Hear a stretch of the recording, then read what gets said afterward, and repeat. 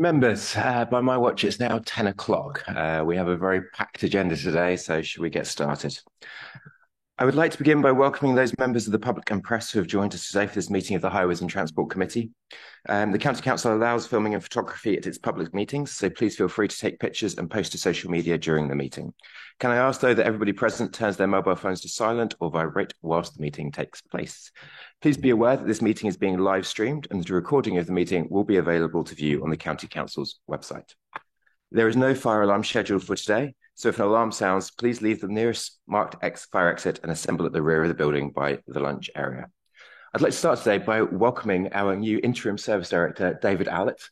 So David, I'm sure we're all very pleased to have you, but welcome to Highways, although you've been here quite a while before. Item number 1 on the agenda is apologies for absence and declarations of interest. Would the Democratic Services Manager please report any apologies for absence? Thank you, Chair. We've received apologies from Councillors Bird and Maguire. No substitutions. Brilliant. Does any member wish to declare any disclosable pecuniary interests or non-statutory disclosable interests? Councillor King.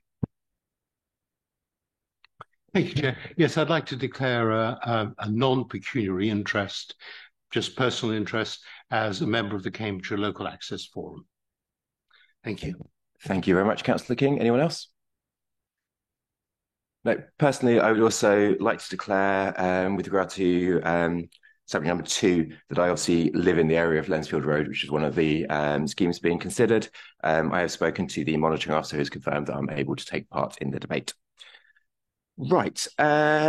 Moving onwards, we are asked to approve the minutes of the Highways and Transport Committee meeting on the 3rd of October 2023 as an accurate record.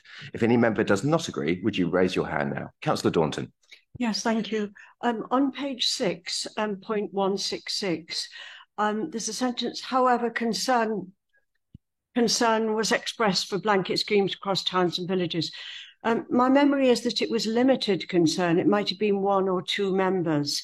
Whereas this minute might suggest that the committee as a whole raised concern. Thank you, Councillor Daunton. I believe I have the same memory that it wasn't the entire committee. Dan, are we okay to update that one? Brilliant. Okay, do I have any other members with comments on the meeting minutes?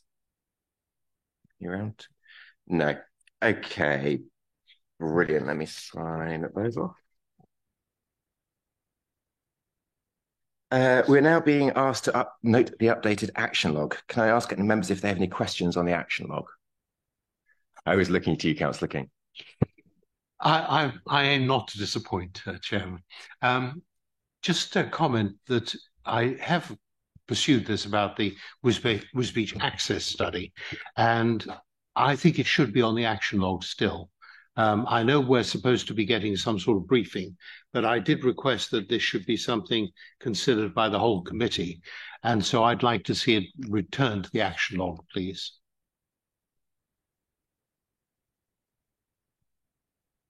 We can get some circulated. Do you want it on the action log? Okay, we'll see if we can add that to the action log. Thank you. Thank you very much, Chair. Do I have anything else on the action log? No. Okay. Item 3 is petitions and public questions. We have a large number of public questions for today's meeting, as I'm sure you'll all be aware. We've received 14 requests to speak, and I'll take that during the relevant agenda item. We also have contributions from local members for items 4 and 6. Okay, so the first substantive item on today's agenda is a report of tranche 2 of the active travel schemes. I'm sure this is one that everyone's here for. Please can I ask Claire Rankin, Principal Active Travel Officer, to introduce the report. Claire, over to you. Good morning.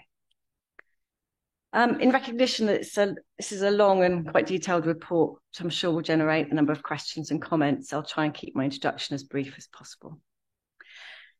This paper asks the committee to consider all of the trial schemes implemented as part of the Active Travel 2 programme of works funded by central government and the Cambridgeshire and Peterborough Combined Authority.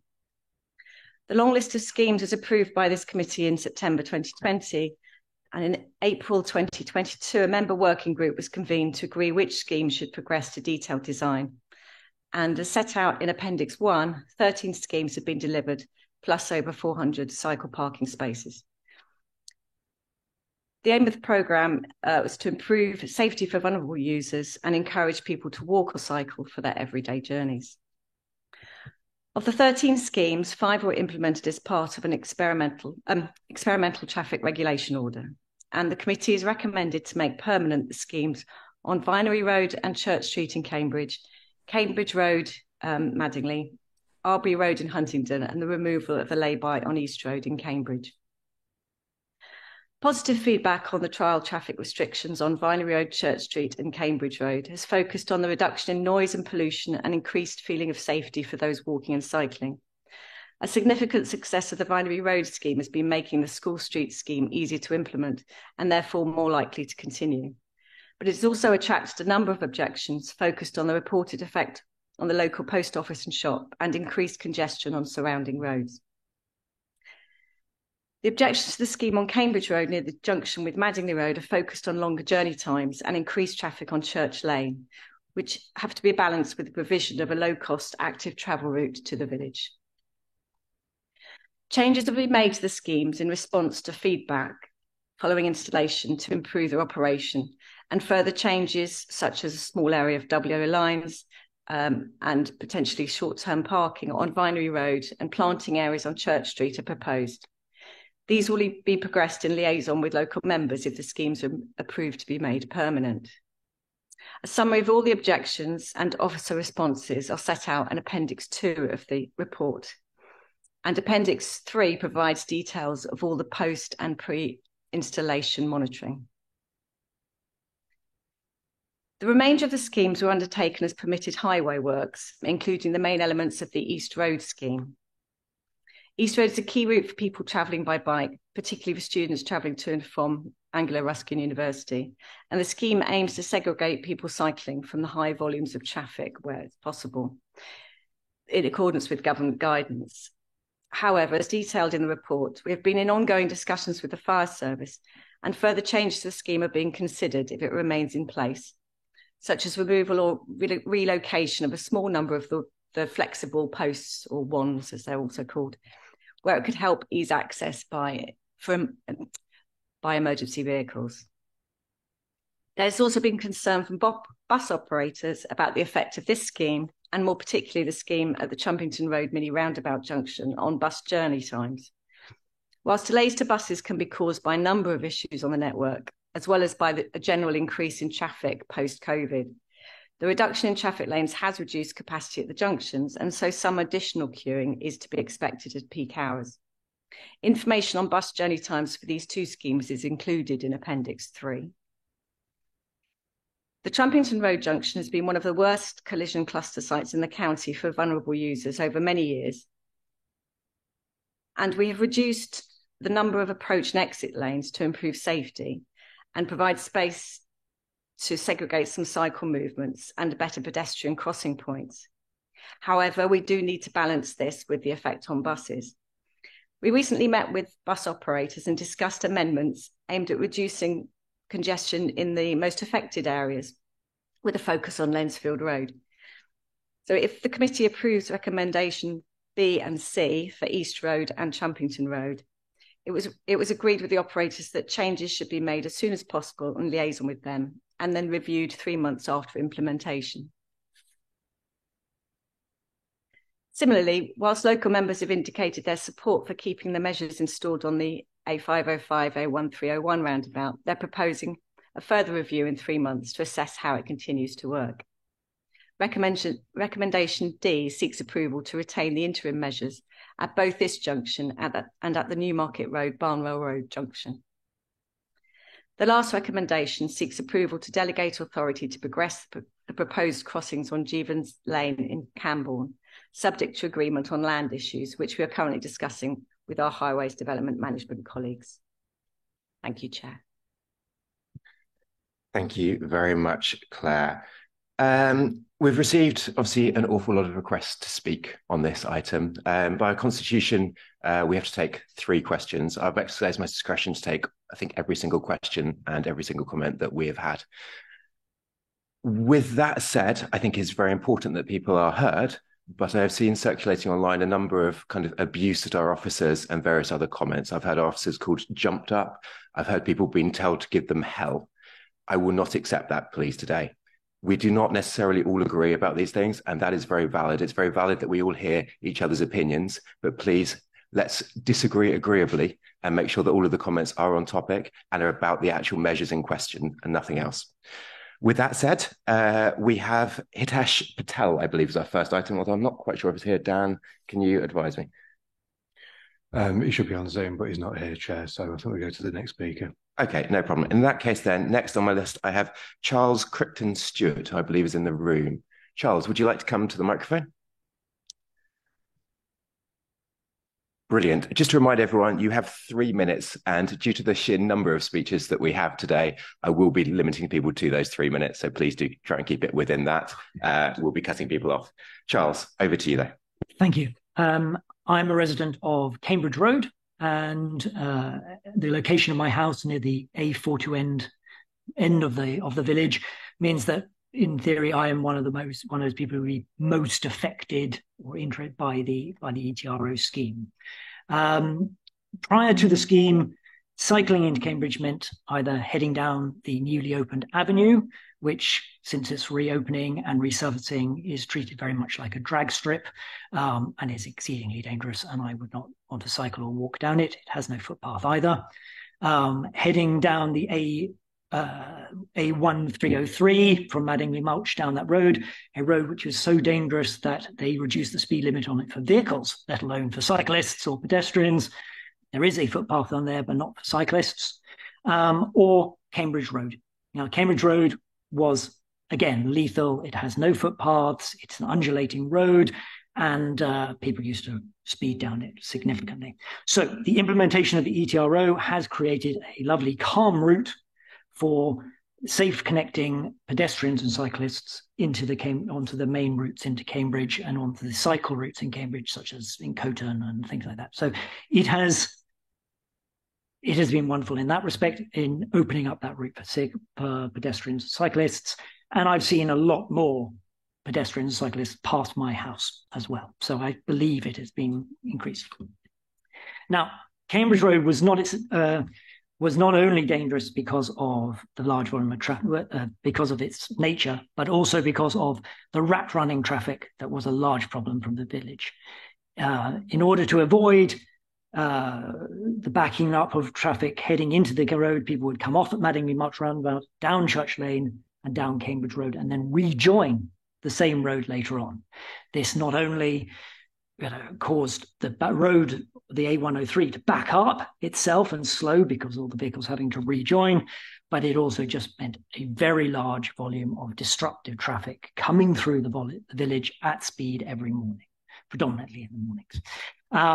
And this was raised as a problem by everyone across the village for many years.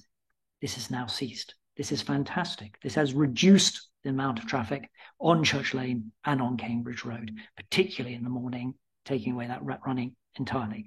And it has been worked on that sense, and also worked to help keep the flow of traffic on the A1303 heading into Cambridge moving better. I went down that road this morning at just after 7:45, so sort of commuter time, and I didn't stop once until I came to the lights near the M11. So it seems to me to be moving that traffic better. Now, Charles, also, we're running out of time. You off. Yeah, that is your... Stopped traffic, lots of accidents at the junction, and I think is supported by a large proportion of the village. Thank you very much, and thank you for your contribution. Sorry to cut people off, but we do have so many speakers today. For those other speakers, you will also notice the traffic light system in front of you. It will go orange when you're running out of time. Next up on my list, though, I have Neil Mackay. Neil, would you like to come onwards? And if you press the button to start speaking. Thank you.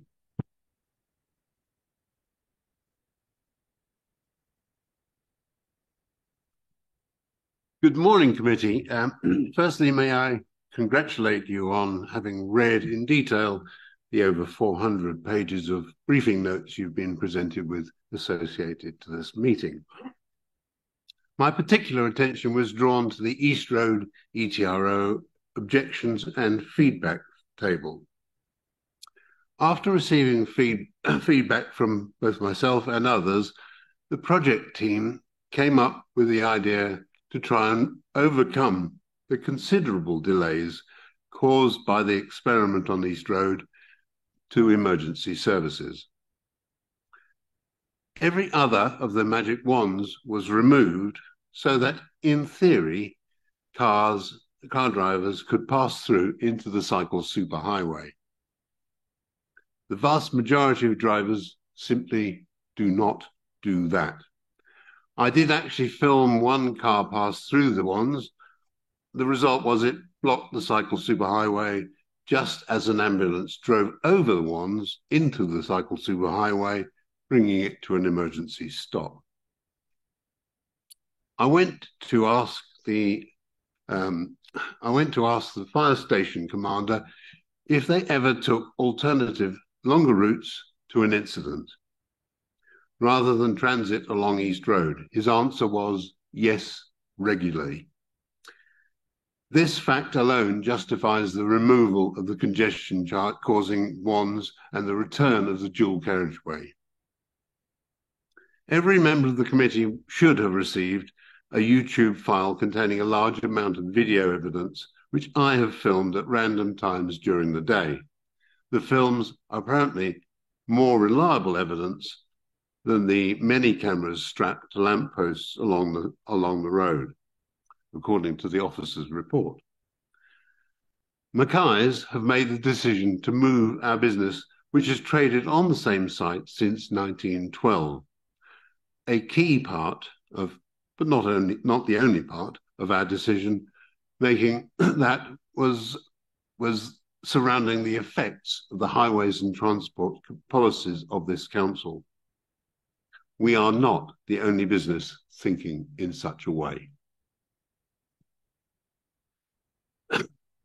When East Road was first turned into a dual carriageway,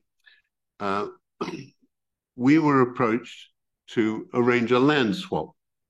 The intention was to give a better line of sight when exiting St Matthews Street onto East Road. A triangular piece of land was swapped for a similar piece of land in front of our shop. Part of the agreement was the provision of a lay-by for customers on East Road. Neither the council or Mackay's... Sorry, your time's up, Neil, but thank you very much. I'm sorry to cut people off, but we do have so many public speakers. We do need to keep to the 3 minutes. I appreciate that. I would just like to make a point, either now or later, that the blocking of that lay-by is, in my opinion, unlawful. Thank you very much. Yes, Councillor Keats. Could I just make a suggestion? Mr. Mackay did, but if each speaker could start their presentation with which scheme they're referring to, I think it would aid our help understanding. Thank you, Councillor Keats. That would probably be helpful, yes. Next on my list, I have Rory Comyn. Rory, I apologise if I butchered your surname there. That's fine. No, Over to you. You have 3 minutes. Thank you, Rory. Thank you. The planned closure of roads to private vehicles, such as the bollards on Vinery, is not a sensible or fair solution for traffic reduction. This is because the traffic will be displaced and many families living in the surrounding areas will be forced to deal with the extra pollution and congestions outside their front doors. Once the traffic has been displaced, the only solution is to displace it further. However hard you look at it and monitor the situation once implemented, the fact remains that the traffic will stack, slow, and everyone will suffer, not just residents, but commuters, tradespeople, delivery drivers, current public transport, not to mention increased response times for our emergency services.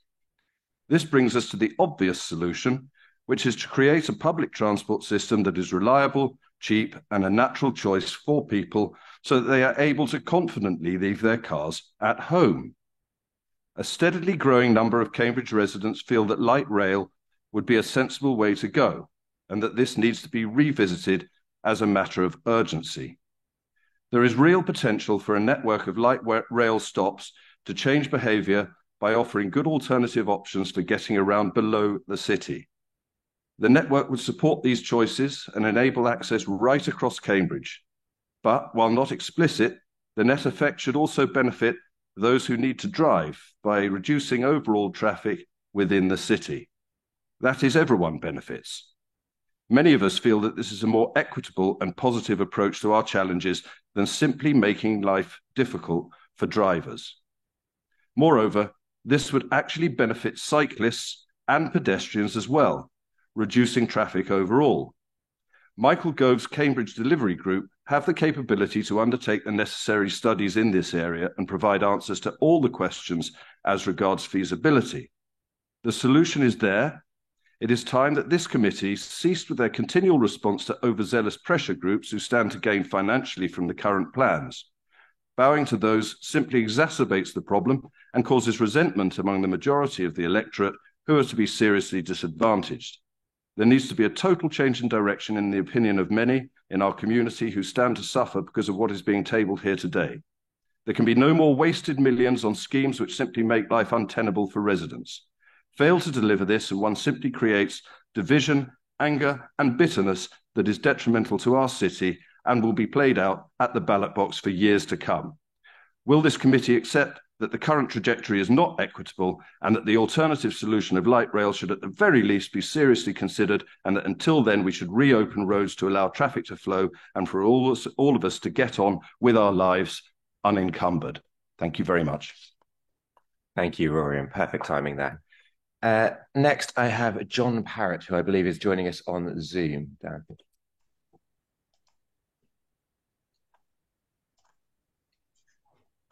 Hello, members. Can you hear me? We can, John. You have 3 minutes. Thank you. Thank you. I'm talking about the Vinery Road bollards. So as I say, my name is John Parrott, and I do live on Vinery Road. I'm addressing you today on behalf of a number of my neighbours who share my sentiments on this matter. I was relieved when the modal filter was installed on my road. Prior to that, Vinery Road was an unsafe rat run with way too many cars and vans cutting through it for what it was designed for, many of them speeding. It's vastly improved since, making many motorists wanting to get between Mill Road and Coldham's Lane head down Brooks Road instead, which is far better engineered for high traffic volumes. Despite some initial teething problems, the local community has got used to having the filter in place. If restrictions were to be lifted, then I would worry that people, particularly children, who've got used to the calmer traffic environment, would be less vigilant than they need to be whilst crossing the road and cycling along it. Even by Romsey's and Cambridge's standards, Vinery Road has a disproportionately high number of both cyclists and young families on it, plus a primary school and a children's play park. Therefore, these traffic restrictions need to stay in place permanently for several reasons, but acutely to maintain safety. You will have seen the traffic, cycling, pedestrian and air quality data demonstrating the impact of the filter. As we know, there is currently a polarised toxic debate in this country about the freedom of the motorist versus low traffic neighbourhoods. This is particularly acute in our county. I simply don't buy the traffic displacement argument in the case of this filter, although I do acknowledge that Ross Street remains the only viable narrow residential cut-through from Mill Road to Coldham's Lane, and I do sympathise with residents there. This issue is about channeling traffic down the roads that are best suited to take it and away from a school and a play park. I and other neighbours visit the post office at the bottom of the road more with a filter in place, as it's safer to walk there now with our children. Convenience stores like this are there to mainly serve local people on foot, not attract cars from further afield that have practically nowhere to park safely near a school. With this in mind, I note that objections to retaining the filter have been received from people who live and work on the other side of the city, and even from people outside of the city. I am in no doubt that these objections are mainly just on the principle of it being infrastructure that restricts traffic. In terms of democratic principles, do committee members honestly feel that they have the same locus and stake in this issue as St Philip's School and us families who live on Vinery Road and the adjoining streets? There are two Change.org petitions on this issue, one that supports the retention of the filter that's been running for a couple of weeks and has been signed by hundreds of my neighbours. The other, which highlights the plight of our post office, has been running for a lot longer and conflates this issue with a congestion charge and has attracted a lot of signatures from non-locals who oppose the congestion charge and other traffic restrictions purely on principle. I urge this committee to treat this as what it is, a very local, non-political, safety and well-being issue, quite separate from the debate about Mill Road Bridge and not part of a perceived broader national war on motorists. Thank you, committee. John, thank you very much, and perfect timing from you as well. Next, I believe we have Emily Harris, who is joining us via Zoom. Down is Emily there.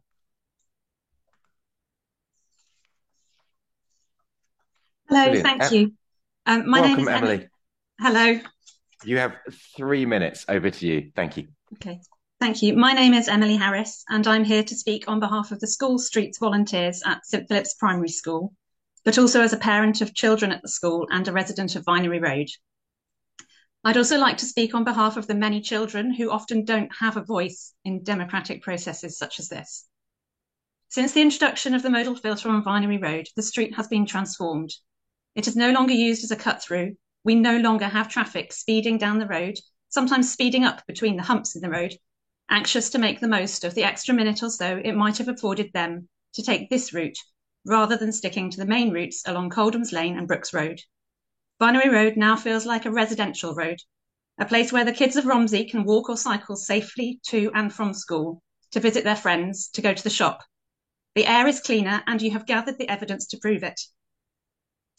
I understand that it is inconvenient that some car trips are slightly longer, but I think this is a fair price to pay for cleaner air and safer streets. And if it means that some choose to walk or cycle rather than getting in their cars, this is surely a good thing for our environment, for our health, for the future of the planet and the next generation. I mentioned that I am a School Streets volunteer. I have been since the scheme at St Philip's started in September 2020.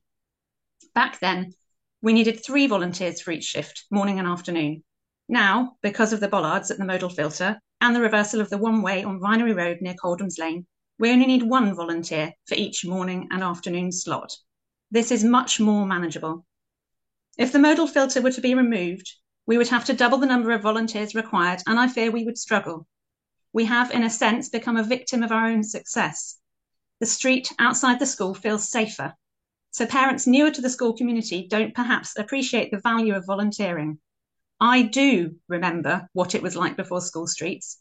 I saw HGVs using the school driveway to turn around because they had accidentally come down Vinery Road and couldn't get through the width restriction. I saw the cars parked in the Keep Clear area, blocking sight lines for families trying to cross the road. Still an issue now, but without the added danger of passing traffic. And while there seems little chance of stopping delivery mopeds and e-bikes racing through this shortcut, the bollards do at least force them to slow down before they reach the school gates. I fear that if we remove the modal filter, we would struggle to successfully continue the School Streets scheme, which has been such a positive in terms of protecting the health and safety of children. I fear that Vinery Road would go back to being a rat run for traffic, trying to save a few minutes rather than going along Brooks Road, and worst of all, that a child may get hurt. I would urge councillors to think very carefully about how you vote. Please, please, put the safety of vulnerable road users, children, first. Allow them and their families to safely adopt the excellent habit of active travel, walking and cycling themselves to school. Allow them to have cleaner air on their street, in their local park, outside their school. Please make your decision with the next generation in mind and avoid taking a backward step in terms of road safety. Thank you. Thank you very much, Emily. Thank you very much. Next, I have Alex Caird, who I believe is in person. Alex, standard rules apply. You have 3 minutes, and over to you. Press the red button. Good morning. Can someone in this chamber please explain to me how and why a minority pressure group such as CamCycle are able to appear to dominate the agenda for this committee? They are now a charity and should not be lobbying for road closures or the reuse of main roads exclusively for their member interests. They want Church Street permanently closed. No residents have been consulted. They also want Union Lane closed off as well, while other tax-paying road users would have to go around the long way to get to the other side of Milton Road. This is not acceptable or democratic. No one small charity membership group should be dictating such imposts and costs on the rest of the road users in the city. Less road access means more congestion on limited main routes. You know what that means. The CRG will pick this up, and it will doubtless be another congestion charge scenario. CamCycle do not have a monopoly on our roads, so why is this committee enabling it? Thank you. Thank you very much, Alex. And I can assure you that CamCycle carries no more weight than anyone else. But please, can I ask everyone to avoid making criticisms of different charities or local groups? We obviously have a lot of local groups that represent a lot of different views here, and that's really important to have that diversity. But please refrain from any personal attacks. Next, I have Martin Bolt via Zoom, I believe. Hello, can you hear me? Can, Martin. You have, well, I can't see you yet. Give it 1 minute. Dan, can we get Martin up on screen at all? Martin, do you have your camera on, or would you rather have it off? Look. How about that? Ah, there we go. We can see you, Martin. Over to you. You have 3 minutes. Ladies and gentlemen, thank you for allowing me today to address a matter that profoundly affects the fabric of our community. I am also here to talk about the blockage of Vinery Road. This obstruction is not just an inconvenience, it's a multifaceted challenge that touches the lives of the residents and the livelihoods of the vital local post office and shop. What's even more pressing is the environmental toll this disruption is taking, both in terms of increased emissions from the 1 mile detour and the added pollution now burdening the residents on the alternative route who never had to endure this before. Firstly, let's consider the impact on residents. The blockage has transferred their once seamless connection to essential services into a convoluted 1 mile detour. This detour not only consumes additional time, but also introduces stress and disrupts the daily routines that define our community. Simultaneously, our local shops, often the heartbeat of our community, are feeling the strain. The reduction in custom due to their detour is translating into economic uncertainty for Vinery Road Post Office, despite vague assurances from dubious data that the reverse is true. This struggle is not just about financial survival, it's about preserving the unique character of our community that this business contributes to. Now let's delve into the environmental cost. The 1 mile detour, as inconvenient as it is, comes with a significant environmental cost. Every car forced onto the alternative route contributes an additional 400 grams of carbon emissions. This is not a negligible amount. It's a tangible impact on our environment, adding to the larger challenge of climate change that we collectively face. Equally alarming is the added pollution burden now shouldered by the neighbours of Vinery Road residents. The steadily improving air quality they once took for granted is now being drastically compromised, with potential consequences for the health and the well-being of their families. It's a stark reminder that the effects of disruptions like these extend beyond inconvenience. They touch every air we breathe and the environment we call home. As a community, we must rally together to address these challenges, engaging with local authorities, advocating for prompt solutions, and fostering a sense of shared responsibility are essential steps. By doing so, we not only alleviate the immediate hardships faced by residents and local businesses, but also actively contribute to a more sustainable and resilient community. Let us use this moment as a catalyst for positive change. It is crucial to open Vinery Road. Martin, your 3 minutes are up, but thank you very much for your contribution. Next in the room, I have Gennaro. And Gennaro, I apologize, I'm not going to attempt. If you could help me out with your surname, that would be brilliant. But Hello, I'm Gennaro Dello Yoyo. Thank you very much, Gennaro. You have 3 minutes. Over to you. Yeah, I'm a kite resident and I'm here because I'm concerned about the quality and reliability of the data you collected monitoring all of the active travel schemes. There's not much time, so I'll just focus on East Road. First of all, it seems that you have monitored traffic, bicycles and pedestrians only for a total of 3 weeks. If this is correct, can you please provide evidence that monitoring 2 out of 55 weeks of scheme implementation and only 1 week pre-implementation provides statistically significant results rather than just anecdotal evidence? Secondly, you noticed only slight variation in the number of cycles, which are very small to start with. changes from about 8 to 7 to 11 per hour in the morning and 8 to 11 per hour in the afternoon southbound, and a more dramatic decrease northbound. Furthermore, northbound data are missing in one of the 3 monitored weeks, and as you explain in your report, might be invalid in all of the monitored period. In one of the periods, you say you review the video files to try and correct the data, but you didn't do the same for all the other periods, not for April 2023, not for April 2022. You go as far as admitting that the validity of data cannot be verified, which is rather astonishing. These extremely poor data would never make it in a peer-reviewed paper. How can they be used to decide major policies? Finally, you claim that traffic queues only moderately increased, with average queues ranging from 5 to 9 cars. This honestly goes against the experience of many of us, as we notice tailbacks going all the way back to Mill Road crossing and even to the Catholic Church. Can you please specify in detail which section of the road you monitored and which methodology you used to monitor it? In what seems again anecdotal, you notice a notable increase in the PM Wednesday queue in October 2023. This is again only one out of 55 Wednesdays since the installation of the ones. How can we know that this didn't happen every week or indeed every single day?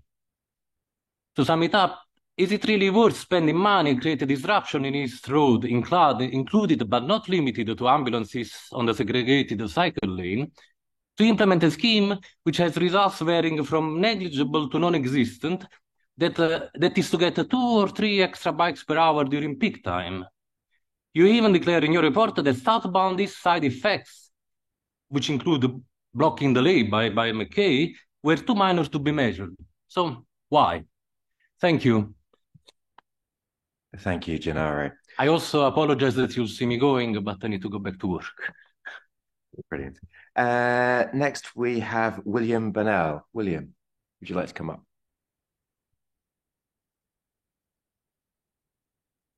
Hello. William, you have 3 minutes. So there was a couple of articles which I found recently about active travel, which is obviously what this whole thing is. You've got all of these active travel things kind of being lumped into this one meeting. So it's sort of difficult to know how you would give proper consideration to all of them, really. But there was an article in the Telegraph lately, a few months ago, which explains that of all the billions, 3.3 billion spent in active travel since 2016, there has been a lot of these schemes around the country have shown little or no uptake in walking and cycling as a result. And there was another one in the Mail a few months earlier, which shows or explains that a National Audit Office report or investigation into active travel meant that more than half of all of the money spent wasn't actually measured after they put the schemes in place. So they just kind of put the schemes in and leave them there, and they didn't actually measure whether they had any effect or not. So there wasn't any way to show that they had value for money. This article also explains that schemes which are valued at less than £2 million don't need to be measured. And so my question is really to do with that. Of all of these schemes that you're putting in Cambridge, how are you measuring the value for money? And has there actually been any uptake in walking and cycling as a result of any of them, if any? And how are you showing that? And as Gennaro just pointed out, in the actual officer's report itself, some of these measurements that you're putting in can't be relied upon. It says the data can't actually be relied upon on East Road, and there hasn't been a noticeable uptake in walking and cycling along there. And so, yeah, that's my question is really to do with how is this council showing that active travel does represent value for money for the taxpayer when you're just kind of spending a lot of money on schemes which not a lot of people want. And I'm just wondering how you can show if they're beneficial or not. That's it. Thank you very much, William. We'll come to some answers at the end of this. Just to remind everyone will receive written responses as well. Elizabeth Whitebread is next, although I believe John Parrott might be reading it on her behalf. Is that correct?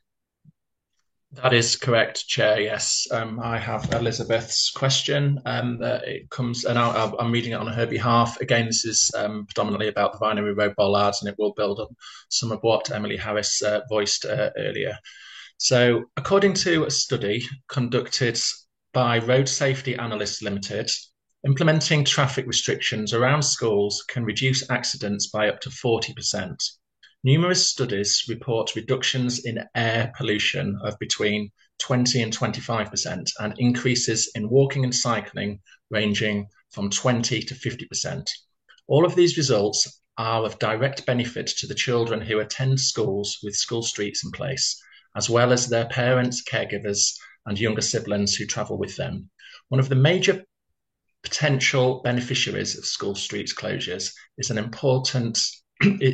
it is important to also understand what children actually think of these interventions. In a study carried out by UNICEF in Toronto, 100% of children surveyed said they preferred their school street car-free, with 77% believing that the street was unsafe before the pilot and only 3% during the intervention. Has any such study been carried out with the children who attend St. Philip's School on Vinery Road to ensure that their voices are heard in regards to decisions around the future of their current school street scheme? Thank you. Thank you very much, John/Elizabeth, for that one. Next, we have Sarah Hughes of the CAMS Travel Alliance, who I believe is also joining us via Zoom. Hello, and hello, Sarah. Hello. My question is mainly about the Trumpington Street, Fen Causeway, Lensfield Road junction. So we note that Stagecoach has reported delays to the Trumpington Park and Ride bus service, attributing them to increases in queuing traffic around the remodelled Trumpington Street, Fen Causeway, Lensfield Road junction. Over the last 25 years, the number of licensed motor vehicles in the UK has increased by nearly 50%.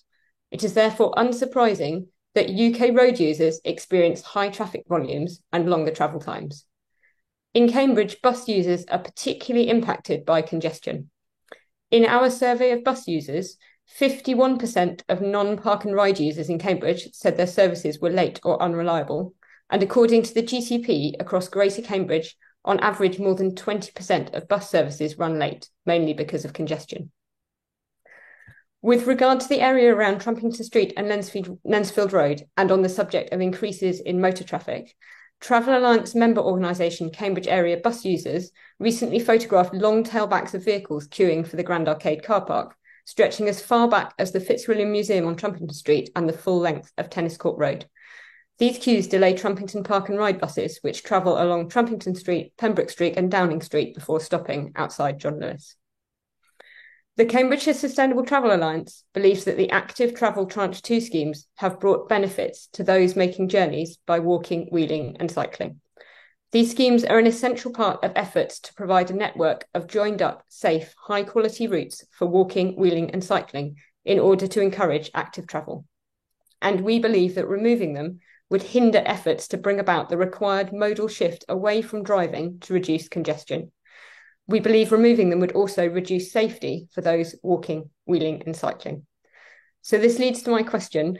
What does the Highways and Transport Committee think can be done to address the root causes of high traffic volumes in Cambridge so that important changes to junctions to improve safety can be made without the risk of further inconveniencing bus users? Thank you very much, Sarah. Next on my list, I have Simon Green, and Dan, I believe you're going to read that one. Oh, yes, Simon. For clarification, I'm not familiar with the term wheeling. I'm assuming that means wheelchairs. Am I right? Correct. Okay, thank you. Unless everybody has any correction, that's been my understanding of it. Dan, do you wish to read the next one, please? Thank you, Chair. This is relating to the Vinery Road modal filter. According to documents in the agenda pack, paragraphs 2.10 to 2.11, and the monitoring brief for C30 Vinery Road, monitoring surveys were carried out over periods commencing 18th April 2023 and 3rd of October 2023, and were compared against baseline data collected week commencing 25th of April 2022. During the public consultation, several residents expressed the opinion that a modal filter had been rendered largely unnecessary by implementation of the school street scheme. which restricted traffic access through Vinery Way and Vinery Road during school opening and closing times, and which has now been made permanent. According to published council records, the original school street scheme on Vinery Road, Vinery Way started as an ETRO with reference 2020 C19 011 in August 2020, and then operated for the maximum 18-month period up to February 22. It then ceased operation until superseded by a further TRO, PRO 79, commencing in September 2022. So it appears that the school street scheme on Vinery Road was not in operation during the period for which the baseline data had been selected for comparison. Thus, reported monitoring results do not present a fair comparison of the situation before and after implementation of the modal filter. Clearly, had the school street scheme been in operation during the time when baseline data was selected, it would have prevented access for through traffic via Vinery Road from Coldham's Lane to Mill Road during school opening and closing periods. This is likely to have affected comparison of several parameters assessed by the monitoring surveys. Are members of the committee aware of this shortcoming in the monitoring surveys, and do they still consider that the survey data provide a fair and objective basis for reaching a decision on the Vinery Road scheme? Thank you very much, Dan. Last on my list, I have Josh Grantham. Josh, I believe you're in the room. Standard rules apply. You have 3 minutes. Thank you, Josh. Thanks. CamCycle believes that all of the active travel Tranche 2 projects have brought about improvements to everyday active travel journeys and have helped to improve air quality and improve road safety. Vinery Road is a narrow residential street and is a local link on the Cambridge City Cycle Network. As such, it's a well-suited street to apply a modal filter. From the data provided, we can see that the number of people walking and cycling has increased from between 11 to 26%, with no collisions recorded since its installation. Previously, 5 collisions, 2 of which were serious, were recorded over a 5-year period. Church Street is part of the Primary Signs Cycle Network for Cambridge and provides connectivity for the north of Cambridge to Equiano Bridge and south of the river. The modal filter has again increased levels of walking and cycling, while reducing levels of particulate matter. Cambridge Road in Madingley provides a significantly enhanced rural route that will complement the emerging Greenway network. Without this connection, people in Madingley would have a more dangerous and a less enjoyable route into Cambridge via bike. The East Road scheme aligns with the future highway schemes approved as part of the Grafton Centre redevelopment. Its installation has improved safety and made journeys more attractive. If highways would like to improve traffic flow locally, we'd like to draw attention to the illegal parking that occurs outside the food vendors. It blocks emergency vehicles and outbound traffic throughout the day, as well as requiring people cycling to overtake static vehicles that block the cycle lane. The Trumpington Road mini roundabout was a well-known danger zone and previously actively avoided by many people. The improvements, whilst not addressing all movements, do provide an enhanced experience for the key movements and have brought about significant improvements to safety. We note concerns raised by local bus operators. However, we also note that congestion is a localised issue, not just a junction-specific one. For example, queuing traffic from the Grand Arcade car park at the weekend causes significant delays to the PR3 and is often the cause of congestion at the mini roundabout itself. Therefore, we support a review that examines how to improve local bus services in the city centre. However, it must take a holistic view of localised issues and opportunities, such as the potential to improve the Hills Road and Lensfield Road junction, which is part of the Hills Road scheme, impact of Mill Road Busgate, congestion on Tennis Court Road and Regent Street, and other issues. Cambridgeshire County Council is part of the Vision Zero Road Safety Partnership, and it's clear from monitoring that these active travel Tranche 2 schemes improve safety. However, across the region, the number of KSI casualties is increasing, with the combined authority giving a RAG rating of red to current trajectory targets. How do board members propose that the County Council meets its Vision Zero goal if it removes these schemes that are positively contributing to road safety? Thank you very much, Josh. And I think that's the last of our public questions. Okay, brilliant. Thank you for that. That's the last of our public questions. Now, I believe there was a lot of statements there, but there are also some questions. So I believe Claire is going to come up and answer some of those questions. Is that right, Claire? Just 1 second. Or Mike. Okay, so second. Yeah, that's right. So there, obviously everyone will get a written response, but I think there's probably some parts in there that's worth picking up before the debate, particularly around sort of the traffic count numbers that were raised, and some of the things of value for money. I don't know if Claire. You read the response, right, and then Claire wants to reflect on any of the points made from the speakers.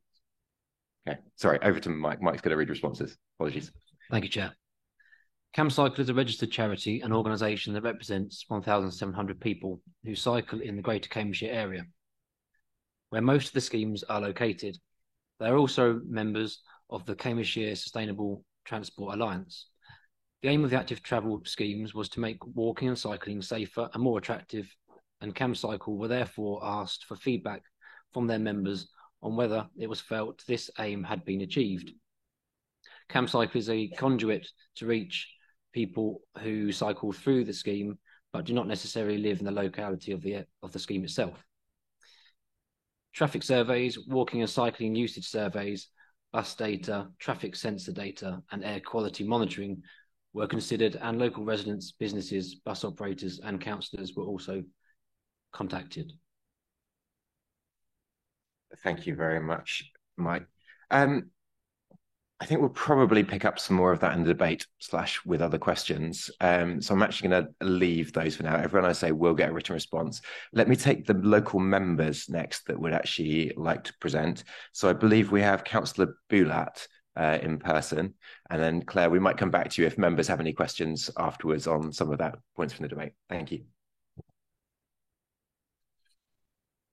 Thank you, Chair. I would like to speak on the Barnwell Road scheme as the local member for Abbey Division. The scheme is in my local division, and I'll comment specifically on this one today. When we had the consultation on the Barnwell Road scheme, it was not surprising, given it's something on active travel, to have a variety of views represented in the consultation, but some of the key concerns highlighted at that time were around actually bus access if we're going to widen the pedestrian island, because it's of course Wadlows Road is a bus route going further into East Barnwell. Since then, actually, since the scheme was implemented, the views that I received as a local member have been generally positive, in the sense that residents do feel it's a bit safer to cross, especially on the Wadlows Road, and if they're on foot or cycling. And this is something that I do relate to myself as someone who's working in the area. It feels a little bit safer. However, when looking at the monitoring reports, this is only showing just a small increase in active travel and a small reduction in speed. And I think this reflects my personal experience as well as the experience of my residents, because although it is a slight improvement, of course, this is not the solution that is needed to actually make the whole roundabout safer and actually accessible to more forms of active travel. The point I want to make today, though, is about how we communicate and coordinate projects, because I think the main frustration with this scheme, and why it received initially some mixed feedback, including to myself as local member, is because from a resident perspective, and including also some councillors sometimes who struggle to understand the different layers of projects that are done in highways, because the Barnwell Road roundabout is a good example of one of the roundabouts that's included in the Greater Cambridge Partnership, the GCP Eastern Access. So of course, as the local member, residents come to me and say, why are we spending money on this scheme now when this roundabout is going to be redone anyway, part of the GCP Eastern Access scheme? So whilst I agree that it is an improvement, and it's in my view it should be made permanent in the case of Barnwell Road roundabout specifically, I think there's an issue to have to think about in terms of how we coordinate those wider works, because the reality is, if the GCP is going to redesign the Barnwell Road roundabout, probably the scheme, I'm not sure to what extent the scheme as it is now would stay part of that redesign. To my understanding, the redesign will include signaled crossings, which of course will mean that this current scheme will be replaced. So just want to say that from a local member perspective, I do support specifically the Barnwell Road scheme, but I would like to, I guess, encourage everyone working on the committee and in highways to think about how we communicate the different, I guess, levels of funding on this, because if we want to actually have trust amongst residents on those schemes, it's actually very confusing and can be quite frustrating to think, okay, we're doing a scheme now, but in a few years' time, it will be completely redone. Thank you very much. Thank you very much, Councillor Bulat. Next, I have Councillor Michael Atkins, who I believe is on Zoom. Is that correct? Hello, morning, Michael. Councillor Beckett. Good morning. Good morning. Over to you. I shall be brief and rapid in view of your agenda today. I'd like to speak to the Cambridge Road scheme in Madingley, which is in my division. That's recommendation A-III. This scheme, as I understand it, was designed to prevent A1303 eastbound traffic overspilling into Madingley Village. It was designed to provide an active travel segment from the village towards Cambridge, and finally to discourage other vehicle trips in general, sort of transiting through the village. From the evidence that I've seen and having spoken to local residents, I think it's fully succeeded in its first objective. The A1303 is now sometimes congested eastbound in the morning, and so it's vital and important that this isn't overspilling into the village as it would have done had this scheme not been implemented. I think a fair assessment would be it's a sort of a partial success as an active travel route. So Question Stewart's has already outlined that he's seen more cyclists using the route, and we've seen that in the data. And I've also seen it being used a lot more. It's worth noting, though, I think that the full kind of active travel route from there onwards into Cambridge still has some fairly significant gaps where the route is not as it should be. This is, I believe, included in our LC WIP plans and also as part of various greenways proposals. So I think the benefits there will be fully realised with kind of more investment in the future. In terms of general levels of traffic within the village, again, I think this has been a partial success. It has coincided with the opening of the new A14 and various link roads.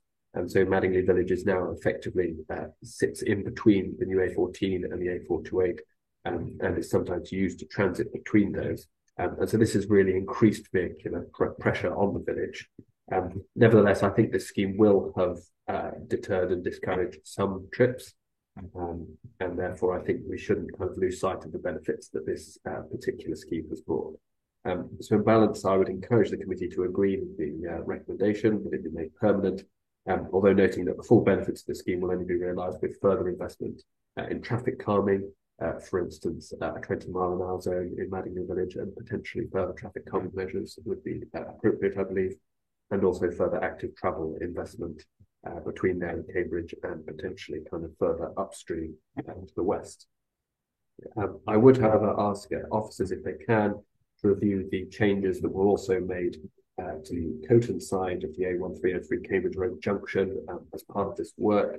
The new design, which essentially narrows the junction as you approach the A1303, is causing tailbacks through the village at peak times because traffic turning left can no longer kind of move past traffic looking to turn right onto the A1303 from Coton. I'm just a little concerned that these tailbacks could actually be undoing the safety benefits of the narrow junction approach. Both for road users and also for cyclists wishing to cross that road. It's very uncomfortable trying to sort of cut through a tailback. And therefore, I think that might be worth just a little, some further work to assess if that is having the desired outcome. Also, in about, just to save some time, in about 2 hours, you might get to item 6. And I'm very supportive of the TOF competent cycle improvements when you get to them. I'm happy to take any questions if any of that is not completely clear. Thank you very much. Thank you very much, Councillor Atkins, and getting ahead of yourself and hoping that we might be there in 2 hours' time. Hopefully we'll get there. We've also, members, received 5 other written comments from members. Just to make sure that everyone's heard on this one, because I think it is an important subject, I'm going to ask Dan if he can very quickly whiz through those, just so that we get everyone's input. Dan, if you'd be able to do that. Thank you, Chair. Just to clarify, Councillor Goff's comments and Councillor Howell's comments relate to item 6, which is DTSA. That's my mistake. Apologies. So we've had comments from Councillor Van der Ven regarding the Bassingbourn scheme. Thank you to officers for coming out to Bassingbourn before the scheme implementation to look at proposed details. This resulted in some small but significant adaptations. It's been really good to see over 2 evaluation periods that speeds have generally come down. The one exception in Southend is along a stretch still seeing speeds lower than 20 miles an hour. The chicane there is strongly supported by the village college, as it is felt to help with visibility at school peak times.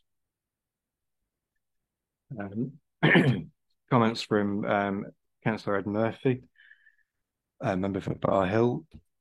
The committee will note the comments from Drygate and Paris Council in the papers, and I'm sure you'll be giving them due consideration.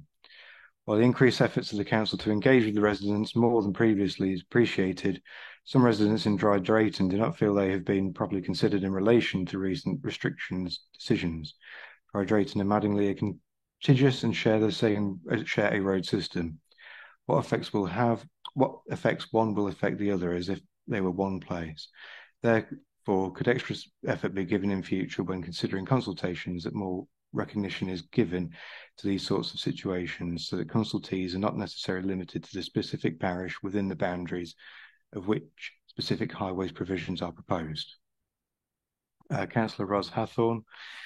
Just last week, I took a phone call from a local charity for adults with learning disabilities with an office on Cambridge Road, Impington. They are asking whether it's possible to improve the road to create a safe crossing place for wheelchairs trying to get from west to east side of the B1049. Some of the charity's clients had work experience at a hotel on the east side, and the only option available to them to make this 500-metre journey was to get a taxi for £6. When I talked about this paper committee, they asked if I had any idea where I could get funding for taxi journeys whilst they waited for improvements. This is the reality of junctions which are unsafe and lock people out of opportunities. There are numerous reports of wheelchair users that are stuck on the road at this dangerous junction. And those which with reduced slower or mobility report they can no longer get into the city on foot. The proposed improvements are really important. They will finally provide a safe pedestrian and cycling connection between Orchard Park, Kings Meadow, Kings Hedges, Arbury, Histon and Impington, villages beyond those to or from the city on the east side of the 1049. There are dentists and doctors in Histon, a business park, an Impington Village College and a sixth form centre. The 2 primary schools are also popular. Children of all ages and adults cycle and walk this junction every day, and those in education, work and other services use this junction. It's one of the key arterial routes into the city. I recognise that every division in the county has dangerous places with residents are unable to cross, but this is an area of extremely high demand with large numbers of people already using the junction on a daily basis. It's a key connecting route into the city. National Highways install a signalised crossing they class as temporary at the National Cambridge Bridge Road junction when upgrading the A14. It's extremely well used and revolutionised this junction. Part of the area being improved in this project was within the scope of National Highways active travel improvements to this roundabout. County Council officers and local councillors and residents worked really hard to push National Highways for a better design. Not only did National Highways not listen, they installed a design so poor it is necessary to engage in remedial works to make it safe. They removed the incredibly used pedestrian crossing whilst County Council officers were in the middle of negotiating taking permanent ownership of it. I asked members to support the proposals today. They will make a really big difference to a lot of people and provide opportunities to residents, young and old. Thank you very much, Dan. I'm going to hand over to Michael Williams to give the responses to those. Thanks, Mike. We have prepared responses for the questions from the public. Should we go through those first? Sure, yes. Okay. So there was a question from Gennaro, who I think is left, but the monitoring on East Road was undertaken over 3 days, midweek, April 22, April 23, and October 23. Traffic levels in Cambridge have fluctuated over the year, with levels going up in September this year, according to our traffic sensors. Other works or incidents on the network affect queuing on East Road at times, but monitoring that has been done provides a snapshot of the situation pre and post installation. Other data was considered, such as those at traffic signals, and they indicate similar findings, that there has been an overall moderate increase in queuing. As set out in the report papers, there were technical issues with monitoring surveys undertaken for the northbound direction and a mistake in the timing of April 23 surveys, but the southbound figures show an increase in the number of people cycling. And this is only one aspect of the decision.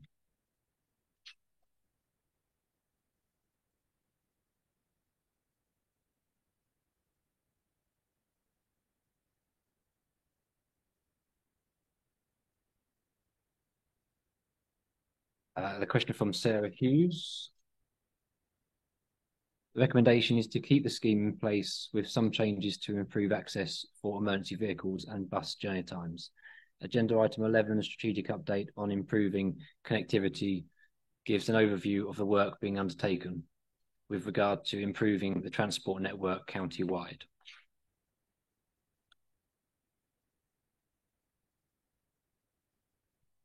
Apologies.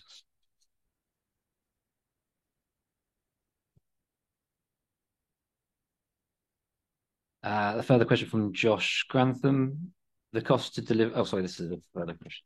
I think that was all of them, Chair. Thank you very much, Mike. Sorry for the confusion, everybody. I picked up some of the comments on the room, and I know it was obviously had some of the members of the public leave us, but I thought it was quite important for us to address, particularly those questions around the East Road traffic counts and the value for money.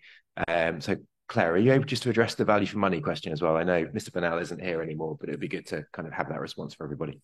Yeah, just to say that value for money has been a consideration throughout the schemes, particularly when assessing which schemes to take forward. There was a very large number of schemes that dropped out because they weren't feasible, that there was too high a cost, and particularly their trial schemes. And we didn't want to spend a huge amount of money on them for them to be removed. And for the trial schemes, we used measures such as modular bolt-down islands and stick-on tactiles, which could be moved or removed quite easily or reused for other schemes. So that was a consideration throughout. Just moving on to the issue of the footage, it was extremely disappointing that we didn't have that footage for that one particular movement. But the vivacity sensors on East Road have been replaced quite recently. Unfortunately, we don't have very good before data, but we do have from this year moving on, we will have good data for numbers of people walking and cycling on East Road. So moving forward, we'll be able to monitor that on an ongoing basis. So that will mean that we can monitor that and assess how the scheme is going. And obviously it's not just about numbers, it's also about safety. So it's the collision rate, and that's something again that we will be monitoring. And at the moment, it's only been about a year, but there have been no collisions since we put the scheme in place. Thank you very much, Claire. Members, I propose we take kind of questions and debate at the same time on this one, as I think we're going to verge into the two. Do I have anybody that would like to start me off with a comment or some debate? Councillor Mills. Thank you, Chair. So I'd like to stay local as a member for Sawston and Shelford's division, and speak reference to the A505A 1301. It's another McDonald's roundabout. The A505 there has some 28,000 vehicle movements per day, plus it's pretty much at capacity. And we intervene in these junctions at our peril. I'm afraid the initial work that the active travel team did, and we've been in long consultations, and I have every sympathy for the officers involved in these processes, because they're trying to balance attention between different road users, different transport users, and we really do want to encourage active travel. We want that modal shift. So making this junction safer for pedestrians and cyclists. And I've cycled many times with my family along that route. Not anymore, but because they've gone now. But others of this increasingly busy area, we have additional jobs in the last 5 years of some 10,000 additional jobs in this area. So that capacity issue for the road is a really significant one. The queuing traffic and its idling engines is a real problem for our area. If you look at the pollution map for the area, all of the junctions around the M11, the A505 in this case, all the A14 junctions all show very high pollution levels at these junctions. So I'm very much pleased to see that we are making it easier for cyclists and pedestrians. But I think we have to be really cautious that we don't end up creating different and additional problems, such as the pollution that I've just mentioned. So I'll look forward to reviewing this with the officers in another 3 months, as agreed. Thank you. Thank you very much. Sorry, Claire, did you want to come back on that one? Just to add, with both the A505 roundabout and the Barnwell Road, as Councillor Lula discussed, is that we're very much aware that these would be interim measures. They're fairly small scale. They don't dramatically improve, and we acknowledge that the situation. But the aim was to reduce speeds to make that crossing just that bit safer, and the longer term, both for the A505 with the Genome Campus development, there are proposals to significantly change that roundabout and put in crossings, and for the, as Councillor just said, for the Newmarket Road roundabout, there's the Eastern Access proposals, which will again change that roundabout. But you know, that they're both a few years down the line, and the scheme has already been in a year, and you could argue that, I mean, obviously we will look at the collision rate, so far so good, that if it gives people that confidence to cross and to feel safer, then we felt that it was those small measures were worth putting in. And as Councillor Milne says, you know, it took some adjustment, you know, when we looked at the effect on traffic on the A505 roundabout, and again, using the modular islands allowed us to remove them very easily and to move them. So hopefully we've struck that right balance. Thank you very much. Members, do I have anyone else? Councillor King, you know I was looking at you. Well, Chair, I didn't want to disappoint you. I have several points, but I'll begin with a very simple question. Have we taken legal advice about the legality of the removal of the lay-by on East Road in Cambridge, please? Claire, do you want to answer that one? Insofar as talking to colleagues in policy and regulations team, that's why we had an ETRO. Sorry, Claire, one of the speakers queried whether it was actually legal to remove that lay-by, and I think he was referring to an historic land transfer, but he was unfortunately ran out of time. We did speak to our assets team, and we could find no record of any land transfer or agreement. Just so we're absolutely clear on this, Claire, is your view that it is legal to remove that lay-by? That's the advice that I've had, yes. I've got some other sort of general points. First of all, I'd like to start with a sort of process issue here. I don't think it is really conducive to good decision making to lump all of these things together. You know, we've got 5 different recommendations, and they're very disparate. And I would have much preferred us to have dealt with this in a different way. So I think if I could request, please, that if this comes to us in future, it can be done in a different way so that we can actually have a more informed debate, because people made a variety of points, well-made points, and it was quite difficult to follow which ones they referred to. You very helpfully said that it would be good if people could identify it, but more needs to be done, I think, Chair. So that's a process issue. And just following on that process issue, I'd really like to see B and C and D.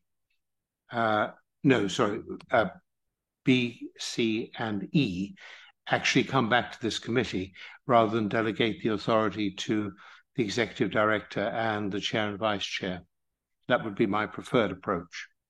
Not that, I'm questioning your ability to do this. It's just simply that I think that in the interests of democratic clarity and transparency, that would be the right thing to do. I'm just going to make a general point here that I think, I'm very dubious about any measures that are perceived to penalize the motorist. I know the traffic has risen greatly, and I know that there's, the climate change issue and so on, but the use of cars and other commercial vehicles is essential to the economy. And I think we must always bear that in mind. And our efforts to encourage active travel, which I support, must be balanced against this. And I'm not sure we always get that right. And I think that the implementation of some of our active travel schemes, again, focus too much upon commuting and work and not enough on leisure. And I've made this point before, and I think actually Councillor Shaler is broadly supportive of that particular point, that active travel is also about leisure. And, we'll have a chance to talk about that a bit more later. So I think, I'm faced with a bit of a dilemma here, because I'm not entirely comfortable with the way these schemes have been presented to us. And I'm not entirely comfortable that I'm in a position to really make an informed decision. So at the moment, I'm leaning towards abstaining on this, but I will hear the rest of the debate. And finally, Chair, thank you for indulging me. I wanted to say that, notwithstanding what you said about some abusive comments going around, I've received a number of emails from people, and those were all well considered and polite and respectful, and I think the comments made today were as well. So I thank people for both the emails and the comments. Thank you. Thank you, Councillor King. I indeed have received many, many emails as well. I believe I've replied to the majority of them, but if there's anybody that hasn't been replied to, I apologise in advance for that one. Just to come back to your point of how to kind of put all this together, there is an awful lot in here. You're right. It's the problem we face with highways in general, is that we have, about 8,000 kilometres of the road. There's so many schemes going on absolutely everywhere that trying to give everything the airtime that it needs is very challenging. Obviously, we did have a member working group on this one, though, as well, where Councillor Sharp, I believe, was a member, to try and give it a little bit more airtime and consideration, because it is very difficult to do that within this committee in amongst all the other business that this committee needs to do. I'm sure everyone today will acknowledge just how long the agenda is, as it is, and the sheer number of representations that we've had, that it is quite difficult to make sure we do that within the time frame that we will have available. But thank you for those comments. Do I have anyone? Councillor Daunton. I speak as someone for whom whole parts of my division have virtually no public transport and no cycle paths. So I'm very jealous of those who do, and very supportive of them. The point I wanted to make about the discussion is, it has been brought out, but only tangentially. I think the really important point about health and the importance for health of active travel, walking and cycling. And this is something I know that the Adults and Health Committee are looking at. But I think that's perhaps something that we really need to emphasise, and particularly for children growing up used to walking and cycling, and think about the cost of childhood obesity and how we might help that by increasing walking and cycling within the city, of course, but broadening that out beyond the city to divisions such as mine. Thank you. Thank you, Councillor Daunton. Councillor Sharp. Thank you, Chair. I've got quite a few points. Do you want me just to... The first one is actually a comment about... I've spoken to the monitoring officer on 2 items on this agenda. One is in respect of the press release, where you did say that we need to be mindful that the statutory process invites objections, so we often don't receive supportive comments. Now, I find that and that's what is quoted in the press release. I find that slightly ambiguous, but anyway. And the second thing was around CamCycle. CamCycle are a very important lobby group, but they appear within these papers, and I'm being told that they're a stakeholder, where I would consider them to be a lobby group. And they've got 1,700 members, apparently, from what Michael said, of which only 56 have responded to a survey. So I leave it there.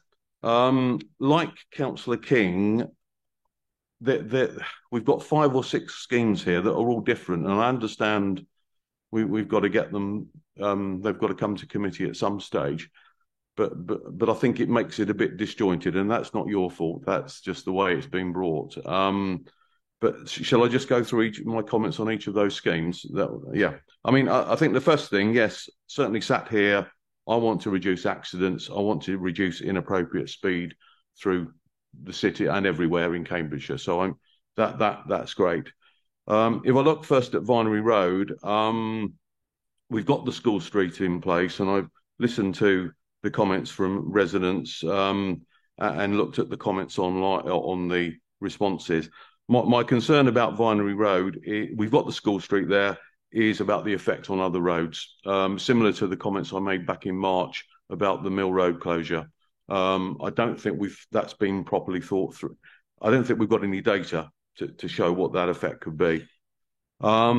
Church Street, again, I think we're creating congestion there, certainly in relation to Mill Road. Cambridge Road, Madinley, yes, there are objections from, is it PRX? I think it is the agriculture business, and also Trinity College in respect of shutting Cambridge Road in Madinley. So yes, I've heard some of the pro comments, and I understand those, but there are the negatives. Ambury Road, Huntingdon, I know that road, and I think that I've got no issues with that at all. East Road, I think my biggest issue with East Road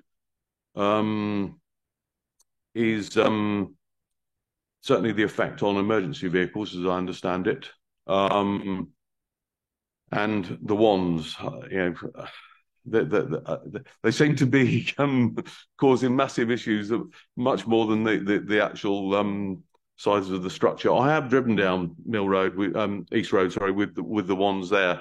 I think they're causing more issues than they're solving. Then probably the one that I feel, Trumpington Road, Lensfield Avenue, the mini roundabouts. I think we are creating more congestion there than we need to with the restriction on the lanes. I mean, I know active travel is designed to be about walking, cycling, getting people out. I feel personally that's slightly misnomer, because I think it's more about getting people out of cars. So I always lump buses in there as well, because I think they're just as important. Yes, people have got to walk, but we need to keep the buses. Because if we're going to get people out of their cars, which I do support, whilst allowing people to drive where they need to drive, we need to improve. We need to reduce the flow for the buses. Otherwise, people won't use them. We've got an example. I've got an example. I will digress slightly. I've got an example in my division where, over the last year, 18 months, one of the buses used to go through all the villages. That got stopped when Stagecoach, and we've now got a situation where there is a faster service that runs through just on the edge of the villages, and more people are using it because they're not having to go through all the villages because it's taking them less time to get to Cambridge. So that's a good example of how it can work.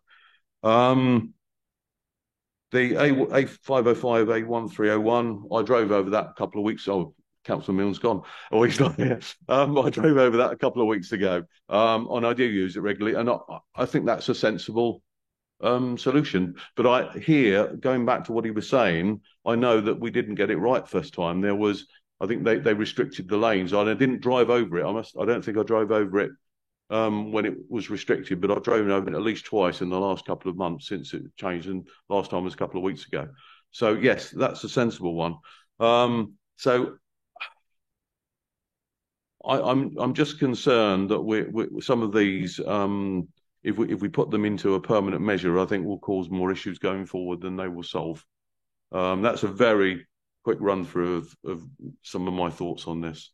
And if I think of anything, if you'll allow me, I may come back. But thank you, Councillor Sharp. I'm going to try and keep people short, just because the amount we've got to get through. Do I have anybody else? Councillor du Preez. Thank you. I will be brief.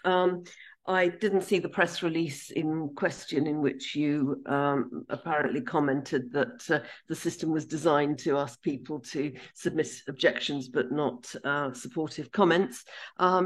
If that is what you said, I entirely agree with it, and I don't see what in that is ambiguous. It seemed to me perfectly clear. I have also received representations from objectors and from supporters of all the proposed schemes in front of us today, which is exactly as it should be. Someone's described CamCycle as a lobby group. I have to say there is an enormous lobby group on behalf of the private motor car. It includes all the national media. It includes all the car groups. It includes the government and its representatives at every level of government. And that is the lobby group at the moment. And if CamCycle is a lobby group, then it's a lobby group that basically at the moment is bringing a pea shooter to a gunfight. On the importance of cars to the economy, and how the economy is entirely driven by the car. Sorry, I didn't intend that pun. It's not a very good one. Then if that's how the economy works, it needs to change, bluntly.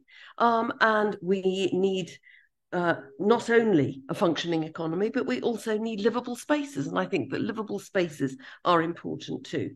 I'm therefore very happy to support the recommendations in front of us today. And we've just got to move forward from this and move towards a much more rebalanced economy and some concern for the environment too. Thank you.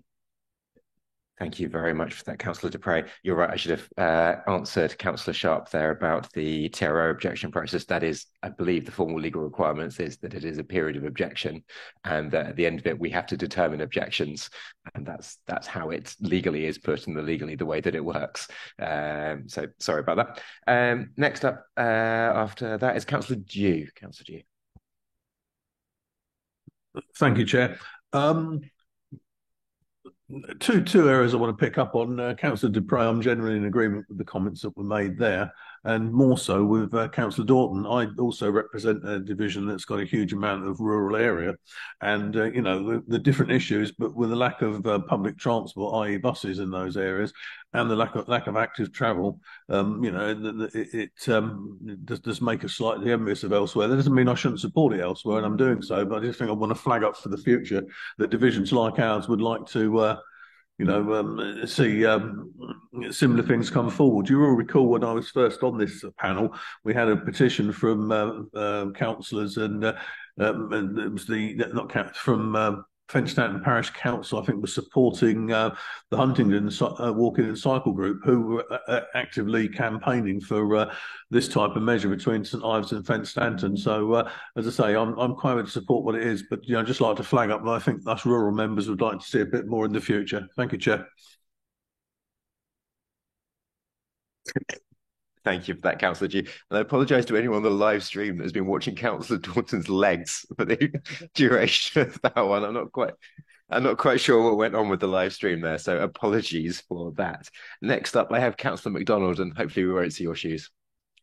No, Chair. So I want to make some general comments and then some specifics.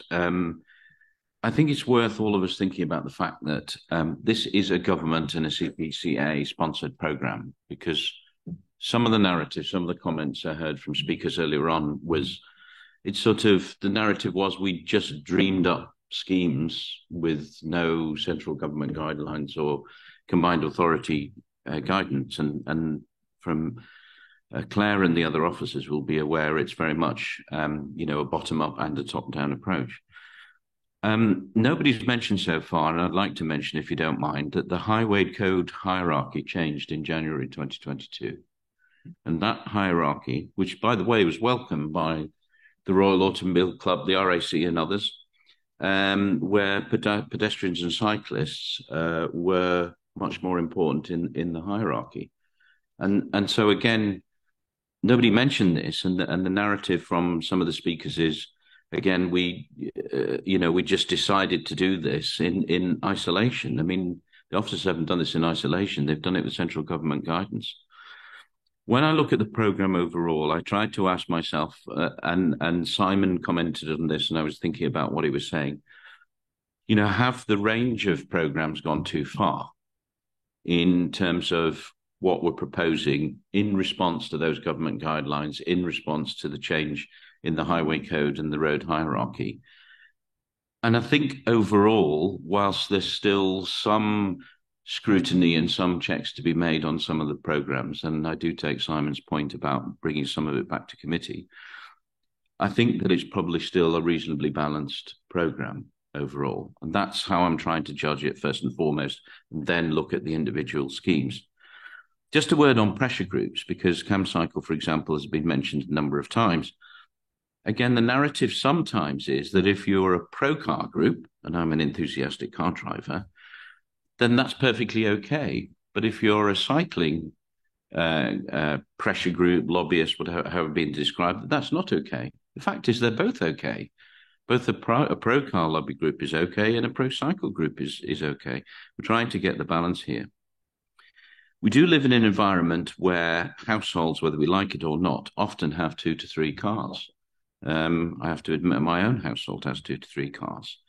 And this is one of the things that is driving traffic, not just in Cambridge City, but around the whole county. And I'm not sure what we do about that, because it's driven by a number of factors, people working in different locations, maybe slightly higher incomes, maybe the cost of living will impact 2 to 3 cars. Some of the speakers said, why do we compare all the schemes? I think in one sense, that's a fair question. In another sense, it's not. It's a fair question because there are a lot of schemes to consider. But I think at the same time, it's fair because we can compare these side by side, and they do give context. And certainly it's helped me to look at schemes one to another, to compare and ask myself whether they're fair and reasonable. We've had very little mention of incidents and accidents. And when considering these schemes, to be honest with you, and going back to the road hierarchy, we have to think very seriously about where there have been accidents and where there could be accidents in future, especially impacting children. And finally, Chair, we are a signatory to Vision Zero. And in Vision Zero, when we looked at the charts of this committee before, thankfully, the accident statistics are coming down, but it's a very shallow decline, extremely shallow. And what we said in this committee, and I said previously as chair of Highways, we want to make a step change to that. Whether these schemes will ultimately deliver that, nobody here knows until they've been in place for some time. But I think we have to take our responsibilities in Vision Zero seriously. Hopefully some of them will bring about a step change, and that's got to be good for everybody. Thank you, Chair. Thank you, Councillor MacDonald. Next, I've got Councillor Gardner. Thank you very much, Chair. Well, I must agree with Councillor Dew and Councillor Daunton's comments earlier. Being a member for a rural area, we would love to see some active travel routes, but we just don't get them. And we have not got any bus services in my division either. Going on that, there was one particular scheme on here, which is now in my division, which was the Aukenbury wheeled scheme at the Aukenbury roundabout off to the A1M, which has been put back because it was just looked to be non-deliverable. That was one particular scheme in a rural area that would have a great deal of improvement to active travel between Auchenbury, Auchenbury Weald, Brampton, Ellington, all those villages, and yet it's been pushed right back into active travel for funding. So, you know, I do think we need to look at these schemes in rural areas a great deal more, because they would help people in rural areas get out of their cars and be able to travel into, whether it's coming to Shire Hall, for example. That's the missing link for cyclists to get to this building. So, you know, I do think we need to look at that more urgently, and to look at the schemes in the wards like Councillor Daunton's and myself, where it would help residents to get round rural areas where there are no buses. And I do think we need to make them a priority. With regard to the schemes we've been looking at today, I do think a couple of the schemes, it would be beneficial to have a bit more information, and a bit more information with regard to those schemes, i.e. particularly Lensfield Road and that one, with regard to buses and how we could improve bus movement through that junction before we make a decision. And the other one was Vinery Road. I would like to see a bit more information with regard to, I know we've got the School Street scheme in Vinery Road, and I would just like to have a bit more information on that and how that affects that particular road before I made a decision on that one. And with regard to the Amesbury Road in Huntingdon, I'm fully in support of that particular junction, because I know that well. Thank you very much, Chair. Sorry to have gone on. Thank you, Councillor Gardner. I think next I've got Councillor Shaler. Thank you very much, Chair. Firstly, I'd like to mention some of the schemes that were altered as they went, and I very much appreciate the experimental nature of this. We can design things to a certain extent, and you have to suck it and see. Sometimes you have to put them in and see what happens, and then be prepared to take them out. And this especially, I want to thank Claire with the regards to the A505 roundabout. We went there, and I agree with Councillor Milnes that it had some less than perfect effects initially, but then with the changes, it went on. And to go on from that, I think we should keep in mind that this is not to penalise drivers, as Councillor King. We can see it that way, but it is really to improve things for active travellers. So make the roadway safe for all users, and so to minimise the extent to which it penalises motorists, I think is the idea. So, you know, we're trying to make things better, not make things worse for the motorists, if you like. But now to get on to the one that I should talk about, this, Chair, is in my division, the Vinery Road one, so I should declare that from the start. And as Councillor MacDonald, in my notes, I had to mention the road user hierarchy, so that was very much up there. When we changed the road user hierarchy last year, it was an acknowledgement that there's a huge disparity of harm between someone on foot or a bicycle and a car driver when they encounter each other. Now, normally what happens, of course, is that people are not silly. They just stay away from those areas that are or look dangerous, if they are full of noise and pollution. So the people just stay away. And what we want to do is make the places closer to where we live more, as Councillor Dupre said, livable. Otherwise, it tends to force people into cars so that they can drive somewhere else, compounding the problem.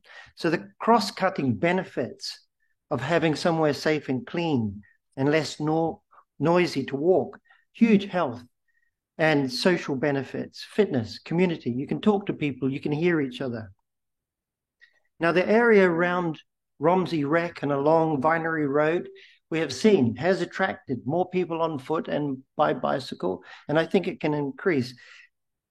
And this should increase the number of people who shop on Vinery Road as well.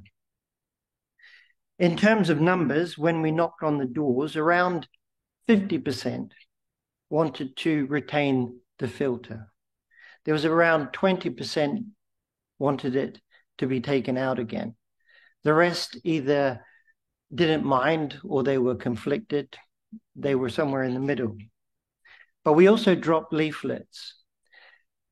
Every time we sample the residents, of course, there is bias built in. When we knock on doors, it's the people who are at home. And we find a slightly older demographic, for instance.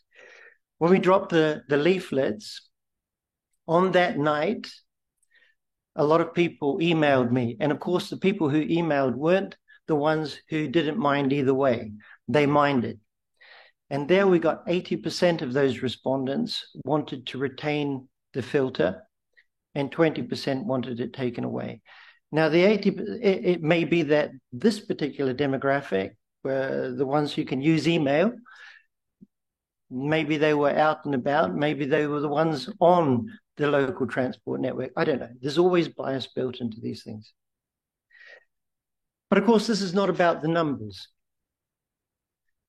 It's about arguments. And as has been mentioned, it's about a chance to object, to find a killer argument against, to find a legal objection, to allow that to occur.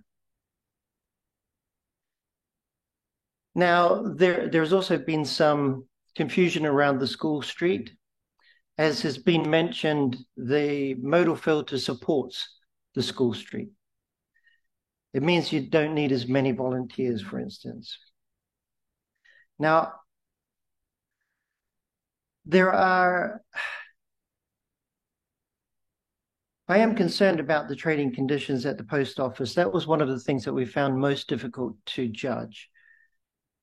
But looking at data from other parts of the country, I tend to go in the direction that more footfall should mean better trading conditions there. And so we have designed short-term parking spaces in front of the retail area. This will come in when the residence parking system is changed. And of course, we want to support them in any way we can. Before the closure, I had emails and phone calls from people who had been forced off the road by vans and cars, parents in tears after the near misses. Since the bollard went in, I haven't had any.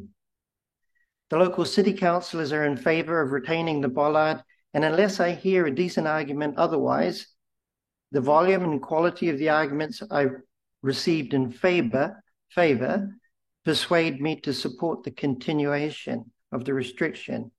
And I am sorry for those who will feel aggrieved by this, and I will do what I can to mitigate things for you. Thank you, Chair. Thank you, Councillor Shale. Councillor Hay. Thank you, Chair. I wasn't going to speak on this, but I feel I must. I was very concerned about the number of schemes we're being asked to look at in one go, because I feel it doesn't give us the time to concentrate entirely on each scheme as to the merits of it. There are one or two schemes within here that I do believe merit going forward, but not necessarily all. Vinery Road, we've told, has 284 written representations, 198 objecting and only 75 in support. That worries me. Church Street and Cambridge Road, Madingley, the number of representations split between those objecting and those in support, the difference is marginal, single figures. I'm concerned with Cambridge Road. I don't think enough weight has been given to the views of Drydrate and Parish Council, which will be affected by this, I believe. And also I'm concerned because Madingley Parish Council have given some support for it, but then we hear that 5 members of Madingley Parish Council are set to benefit from this scheme because they actually live on Cambridge Road.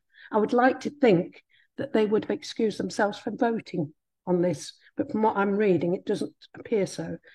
But my main concern is we're putting the cart before the horse. We're taking the rights of cars away before we're putting something in their place, such as a better bus system, more frequent buses, more affordable buses. And I believe we should be doing that first to encourage car owners off the road. But as it would appear, particularly on Cambridge Road, we're being told that cycle counts have increased in the AM peak travelling towards town and the PM peak travelling away from town compared to 2022, but marginal gains. And yet in the same paper, we're being told the amount of traffic using Church Lane in AM peak has more than doubled. Are we just displacing the cars to surrounding roads? If so, where does it end? Thank you. Thank you, Councillor Hay. Do I have anybody else? Other members? Councillor King, do you want to quickly, please, though, because I would like to wrap up. I will be very quick, and thank you for allowing me to come back. I just wanted to pay tribute to the very sensible comments that Councillor MacDonald made, and there does seem to be a bit of a consensus amongst a number of us that we ought to be looking at these recommendations slightly differently. Would it be possible, Chair, to use your discretion and allow us to vote on each of these individually? So vote on A, 1, 2, 3, 4, and 5 individually. And also, would it be possible to agree to bring, what was it, BCE back to this committee rather than delegating it? Thank you, Chair. Thank you, Councillor King. Before I say what I was going to say, can I see the point of taking A as 1, 2, 3, 4, and 5? Is there a consensus in the room that people would like to do that? Or, I mean, I'm happy to do it if people really want to, but so it's 2. I was going to ask. Fine. I'm happy to take that individually. So happy to do that. With the delegations, I think I would rather keep those delegations, because if not careful, we're going to end up going back round and around and around with all of these. Actually, I mean, I do find it interesting, obviously, that we are going for a lot of these in one go, and that is difficult. But this is actually something we do really quite regularly. If you look at our LHI program, for example, we'll often pass many more measures than this all in one go with very little scrutiny. We have a process where we go via delegations to local members and other means to do that. So it's actually almost slightly unusual that these come back to committee. There's a lot of things that actually end up going to local members.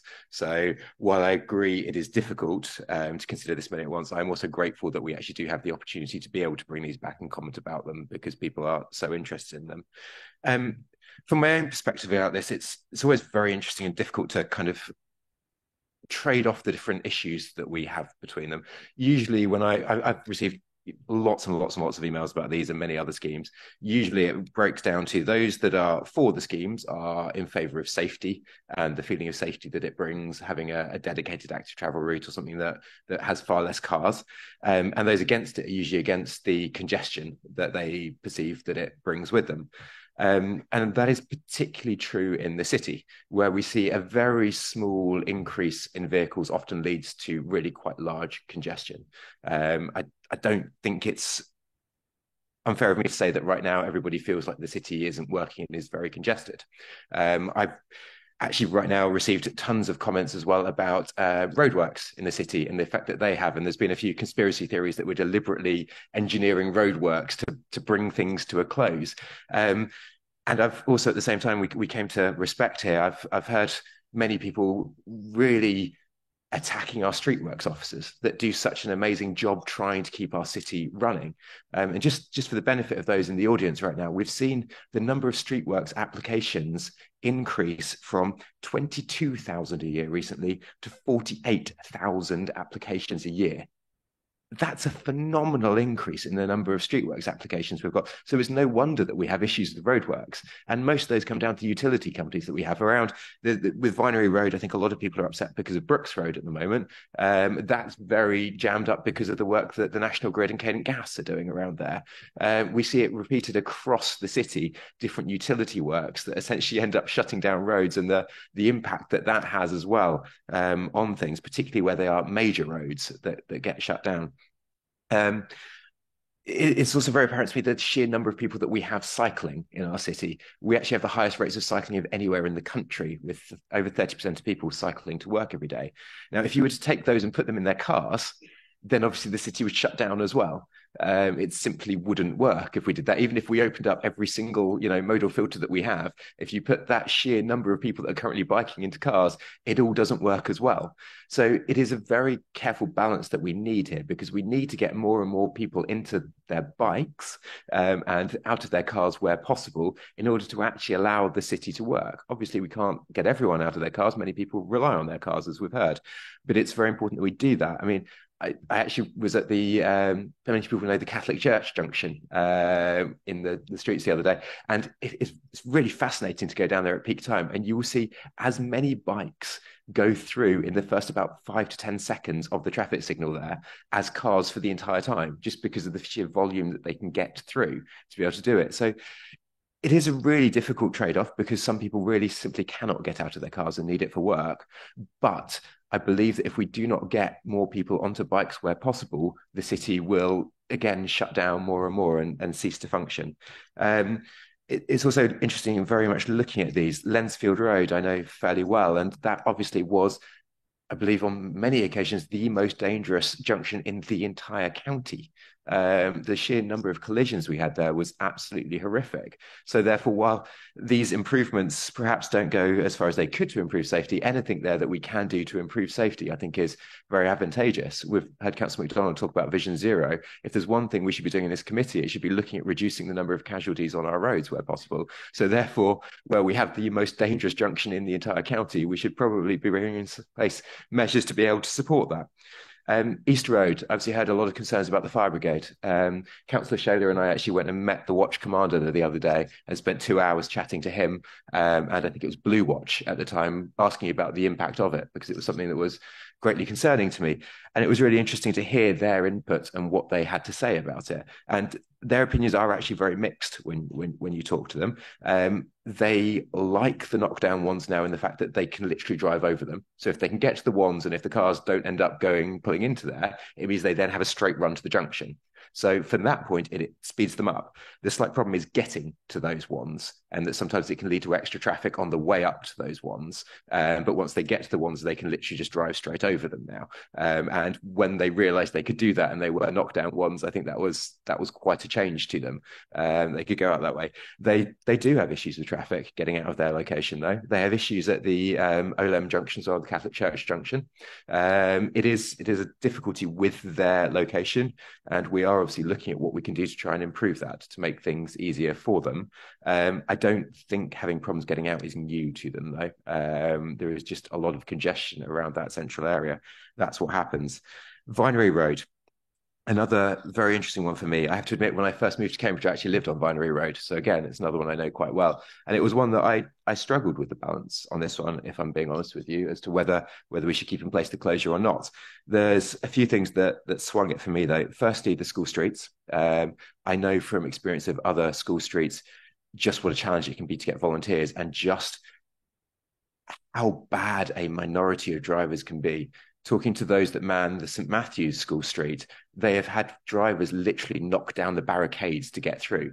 That is physical parents manning a barricade. To have a driver deliberately drive through it at the children is just utterly ridiculous. And it just pains me how much we've got this war on motorists, and we need to kind of pull back from that narrative and make sure that we all do respect each other. So the Vinery Road closure, I know that does really help with the volunteers there, and it was powerful listening to Emily today and her testimony. It was also powerful listening to all the emails that I received on Vinery Road, and powerful listening to the Romsey councillors that we have, and that has brought me in balance to favour the continued closure. I'll bring it to close there, because I've talked way too much on this one, and we have been going for nearly 2 hours on this one item. So let's move to the vote. It has been a really good debate. So I do thank everybody for debating this in a really constructive way. These are not easy decisions as we face again and again, but it has been a very good debate. And I do thank those that brought questions for remaining very civil throughout it. So thank you for that. So I'll take Councillor King's suggestion of taking things separately. So the recommendations as set out are that A, the committee review the objections and representation received and consider the making of the traffic regulation order to make permanent the following. The Vinery Road, part one, the Vinery Road, Cambridge modal filter. Can I see those in favour of retaining the Vinery Road filter? Okay. Those against? And any abstentions? No abstentions. I believe that's passed. Number 2 is the Church Street Cambridge modal filter. Those in favour again, please. Those, oh sorry, got it down. Those against? One, and those. Yes, Councillor French, was that against or? Yeah, okay, that was against. And those abstaining? Yeah. If you can raise your hands as high as you can, please. I think Dan's struggling to see people. Okay, so that is passed. Number 3 is the one-way section of Cambridge Road, Madingley. Those in favour? Against? And abstentions? Brilliant, that's carried. The contraflow cycle lane on Ambury Road, Huntingdon. Those in favour? I think that's unanimous. Brilliant. And the removal of the lay-by on East Road, Cambridge. Those 4? Okay, those against? Yes, yeah. And I don't need any abstentions there, is there? Brilliant. So that is carried. So then part B is to consider the objections, representations received and agree to keep in place the East Road Trail Scheme until development-led works are undertaken and delegate authority to the Executive Director, Place and Sustainability in consultation with the Chair and Vice Chair of the Highways and Transport Committee to make any changes to the East Road Scheme in order to facilitate the movement of emergency vehicles, as we discussed earlier. Those in favour? Is that for Councillor Gardner, or there was a slight hand move there? Those against? Yeah, and abstentions? That's carried as well. Continue onwards. C, consider the objections and representations received and agree to keep in place the Trumpington Road, Lensfield Road, Fen Causeway Junction Trial Scheme while supporting further work to explore changes to the scheme at the Lensfield Road, Fen Causeway Junction or surrounding areas to facilitate bus movement and delegate authority to the Executive Director, Place and Sustainability in consultation with the Chair and Vice Chair of the Highways and Transport Committee to make any changes. Those in favour? Sorry for reading that quickly, but you've all got it in front of you. I may be needing you rolling radio. Those against? 1. It's going to shut up. So that's carried. D, support the retention of the interim measures at the A505, A1303, 1301 junction and Newmarket Road, Wadlows Road, Barnwell Road junction, and the traffic calming measures in Bassingbourn. Those in favour?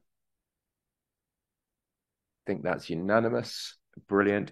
And E, delegate authority to the Executive Director, Place and Sustainability in consultation with the Chair and Vice Chair of the Highways and Transport Committee to progress the proposed crossings on Jevons Lane, Cambourne. Those in favour? I think that's unanimous as well. And so thank you, everybody else. It was very good to hear the support for people to have things in other areas as well. Definitely take that on board. Okay, members, it has now been exactly 2 hours. Our constitution requires us to take a break. So let's have a very quick 10-minute comfort break. I will be starting again at 12:10. Thank you very much.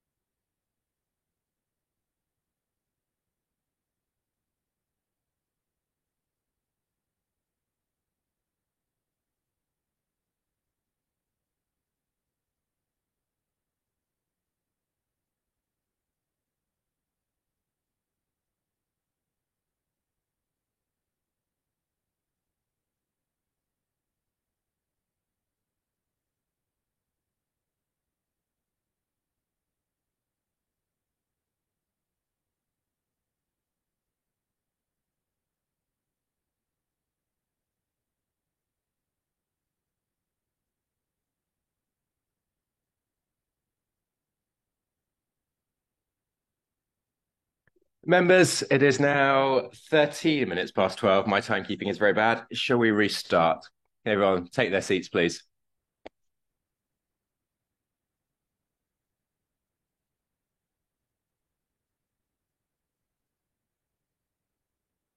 I did see a number of people eating sandwiches very quickly. I am aware that many people need to leave quite early today. So should we try? Say again, sir? You're okay till 2 o'clock now, Councillor Gardner. That's good to hear. Let's see how quickly we can, while giving everything the scrutiny it deserves, whether we can keep our things on track. So item 5 is the LHI 2024-25 process update report.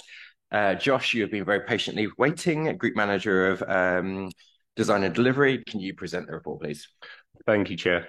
So this paper seeks approval to implement changes to the existing LHI process, which went through committee in October 2022. Following the first round of applications under the new process, adjustments have been identified following a member working group review.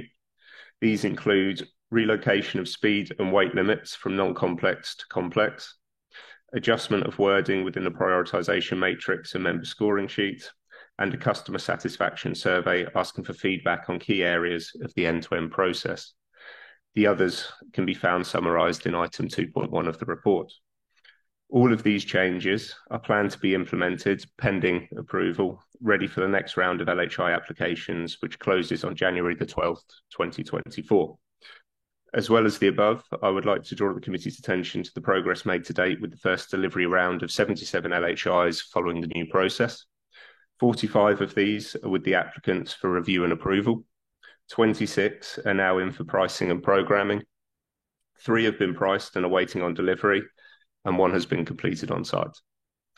Given these projects were only approved for delivery in July and often have the added complexity of third-party involvement, these figures demonstrate that collectively we are making considerable progress.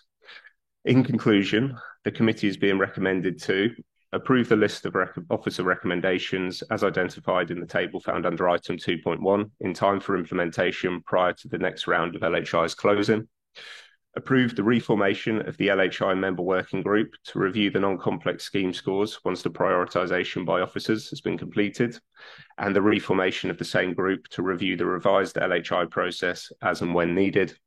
And lastly, delegate authority to the Executive Director, Place and Sustainability in consultation with Chair and Vice Chair of Highways and Transport Committee to make changes to the LHI process as and when required, if the proposed changes are agreed and recommended by 5 or more members of the cross-party LHI member working group.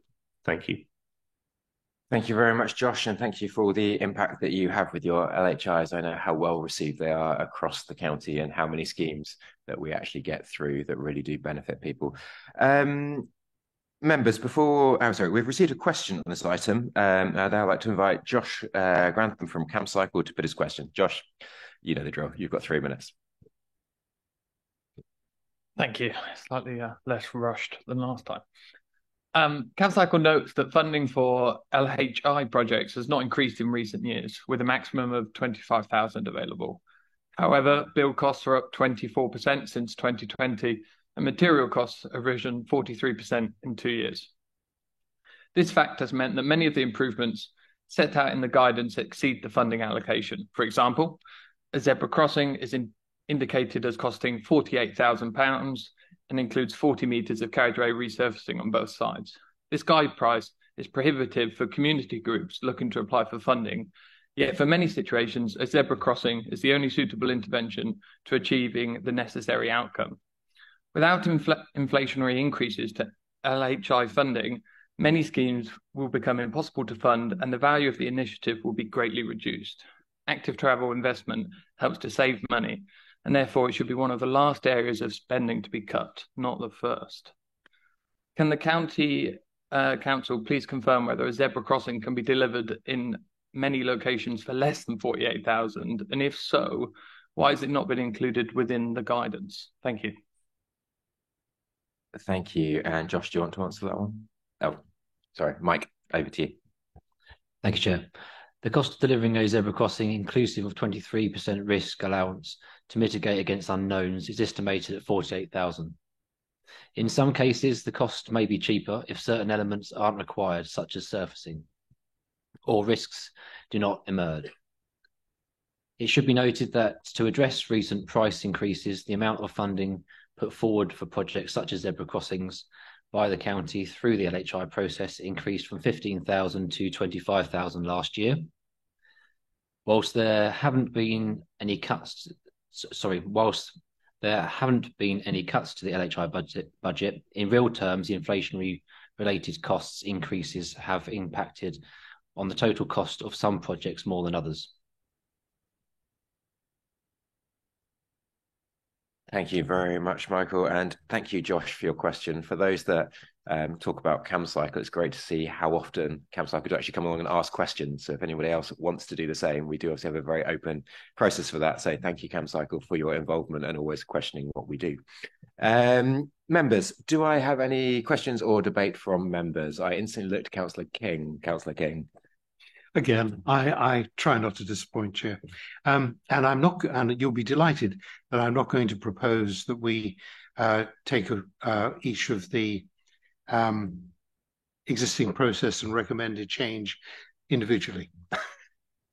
But I do think. Would you like us to take each scheme individually? No. Very good. I won't rise to that bait, Chair. But I really just want to say two things. The first thing is, picking up the comment from CamCycle, I think that's a really valid point, and we have talked about this previously, about trying to find cheaper ways to deliver highway projects. And I think that that's something that I will continue to make a nuisance of myself about. And I think that most of the committee will agree that we do need to look at a different way of doing things, because 48,000 for a zebra crossing is ridiculous, frankly. And so that's one thing. Second thing I wanted to say is just to compliment the work that Josh has done. It's been a joy to work with him, and long may that continue. And the member working group, which I have the privilege to be a member, has worked really well in a cross-party fashion. And again, long may that continue. So I'm very happy to support this. Thank you. Thank you. Councillor Sharp. Thank you, Chair.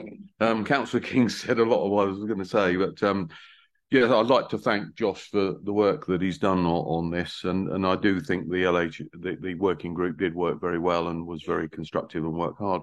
And yes, I do share the concerns. I know we've had inflation and everything else, but I understand what Josh from CamCycle and Simon touched on it in terms of costs. The website, I think, is certainly a massive improvement, and I note in the paper there's more improvements. So I think that will help parishes to submit better applications going forward. So certainly I'm in favour of this. And the final thing, obviously, yes, the budget, but we'll wait what the ruling administration come up with next month in their budget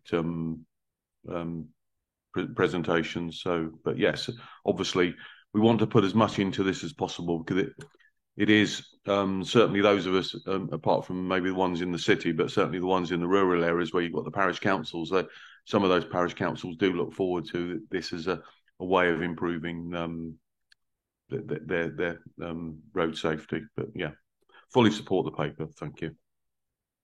Thank you, Councillor Sharp. And can I remind members, if somebody has already said what you want to say, please don't feel like you have to say it again. And just to bring your point on about the city, though, I think you'll find that our city residents and resident associations are equally supportive of this and love bringing forward their different LHIs. The amount of competition that we have in the city is, quite frankly, intense. So many brilliant schemes do not get to happen, unfortunately, due to lack of funds. Councillor Daunton. Thank you.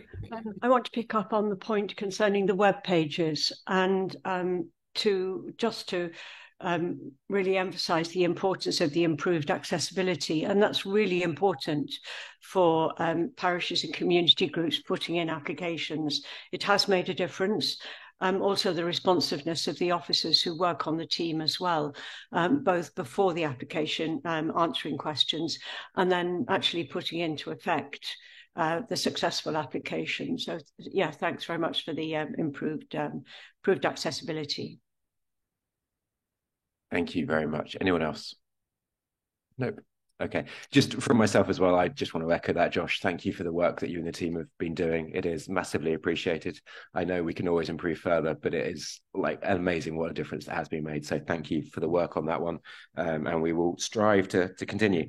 Okay, so the committee is recommended to A, approve the list of officer recommendations as identified in the table found under item 2.1 below in time for implementation prior to 24/25 round of applications.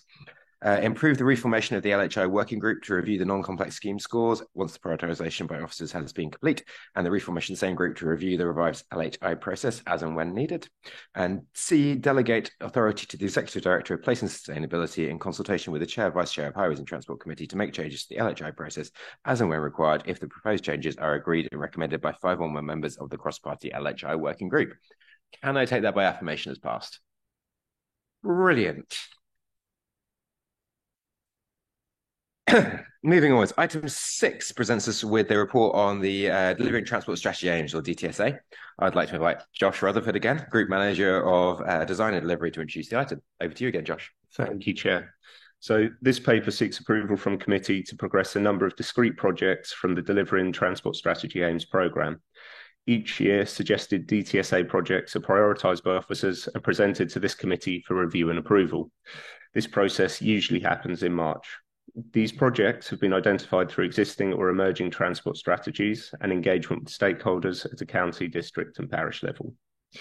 Included within this report for reference in Appendix A is a detailed breakdown of the current budget allocated, a summary of the consultation completed to date, and the key risks specific to each project for your review. In total, officers are updating H&T on 12 projects. Of these, 2 in Whittlesea are recommended to be withdrawn following local engagements. 1 on East Road, Cambridge, is requesting a change of wording to enable an alternative delivery approach. And 9 are recommended for progression to the next delivery stage in discussion with the member for the area and the local community. Appendix B contains the relevant scheme drawings and reports. Appendix C contains the individual equality impact assessments for each project. It should be noted that these aren't the only projects in the programme, with 15 others spread across the county also being progressed by officers at the current time. In East Cambs, there's 4 projects, Fenland, 3 projects, Hunts, 5 projects, with the others being in South and City. In conclusion, the committee is being recommended to note the project-specific updates from officers and agree to progress each named project to the next delivery stage as identified in the report. Delegate authority to the Executive Director of Place and Sustainability in consultation with Chair and Vice Chair of Highways and Transport Committee to review and progress all future projects in the DTSA programme through to project completion as required. And lastly, delegate authority to the Exec Director, Place and Sustainability in consultation with Chair and Vice Chair of Highways and Transport Committee to agree the procurement route for all projects in the DTSA programme using an existing contract or framework available to the authority.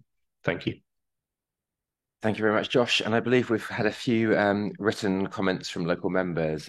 Dan, would you be able to read those out for us, please? Thank you, Chair. Councillor Gough commenting on the Rampton scheme. The existing path is a key link between the village of Rampton, approximately 500 residents, and the amenities in Cottenham that include the schools, primary and secondary, shops, post office, doctor's surgery and dentist. Rampton lacks any of these facilities, and Stagecoach has reduced the bus service between the villages to 1 bus outbound and 1 bus inbound per day. The distance is less than a mile, but the existing shared path is narrow and immediately adjacent to a busy road on a stretch where the national speed limit applies. A safer, wider and more inviting route would create a much greater usage and link these communities together, particularly for young people going to and from school and residents accessing services in Cottenham. This route, if improved, would also provide an attractive link for Cottenham residents to access the guided busway and onwards to Northstowe. This is an important project and I strongly support proceeding to the next phase. Councillor Anna Bradnam. The widening of the footpath on the east side of Ditton Lane some years ago has been extremely successful, enabling children to walk and scoot to school on the same side as Fenton Primary School. Whilst widening the west path was suggested around the same time, I visited some landowners on the west side to understand their views. More recently, I've briefly discussed the current proposal for the west footpath with the chair of the parish council. Vanessa Kelly will be presenting proposals to defend it in parish councils this evening, the 5th of December, so the parish council has not yet had a chance to consider the plans in detail. Hence, my observations are more of a general nature to raise awareness rather than to report specific views. Ditton Lane is a very busy radial route into Newmarket Road in Cambridge. At peak hours, there's almost a constant stream of traffic and it can be difficult to cross. In these conditions, the west path is alarmingly narrow, so in principle, widening might be welcomed by residents on the west side. Topography. Ditton Lane runs southward towards Newmarket Road, cutting through a ridge of high land, which at its most prominent is about 2 to 3 metres higher than the carriageway and the footpath, with houses and gardens on the top of the bank and the footpath and road below. The high bank on the west side is natural and unsupported except by tree roots growing in gardens. The retaining walls of several driveways, a hedge, a few railway sleepers at the base of the bank. Some driveways on the west side are very steep. Some properties only have a pedestrian access up steep steps and have parking in a car park at the bottom of the hill. The west path is reported to be barely usable because trees and hedges tend to overhang it, and because soil wash from the bank has encroached over the footpath and reduced its usable width. However, since the east path was widened, this has been less of a problem, as almost all users crossed and used the wider, safer footpath on the east side. The drawings indicate the bank would cut back to achieve a desirable width of footpath. They indicate some street lights to be moved, some trees to be felled, some length of hedge to be removed, along with some railway sleepers, and a shortening of some of the retaining walls and driveways. It's proposed to build a brick retaining between 0.5 and 1 metres high to support the bank. If residents feel that the proposed works risk destabilising the bank, they may resist the proposal. The retaining wall may serve to reassure them. Character. Ditton Lane currently has a moderately rural feel because of the trees and gardens on the west bank. Loss of hedges and trees on the west side would alter the rural character of Ditton Lane. The brick retaining wall would create a more urban engineered appearance and access. Any widening of the path would cut back into driveways and might effectively make them even steeper and more difficult to access. Since much use is being made of the east side path, a crossing over High Ditch Road, not currently proposed, would be welcomed. And bear with me a second. Comments from Councillor Chris Bowden. Option 2 for the Cemetery Road roundabout in Whittlesea has been opposed unanimously by Whittlesea Town Council. We believe it is unsafe because of the large number of HGVs which have to use this roundabout because of restrictions on the HGVs in the town centre. Already HGVs on occasion mount the pavement when turning here, and a much wider roundabout will only increase the danger posed to pedestrians by HGVs failing to make this turn correctly. There have been only 3 minor accidents at this roundabout in the past 5 years. It's therefore not a safety priority to effect the change in option 2. As local residents, town councillors, we are well aware of local traffic issues, and the town council unanimously opposed the proposed option 2 reduction of the 3-lane traffic approaches to this roundabout to 2.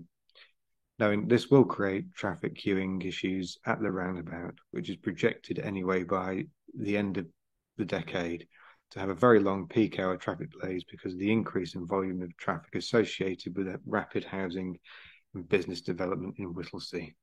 Thank you. Thank you very much, Dan. Move to questions of clarification debate. Does anybody want to say anything on this? No? Okay. I thought I got away with it. Councillor King, then Councillor MacDonald.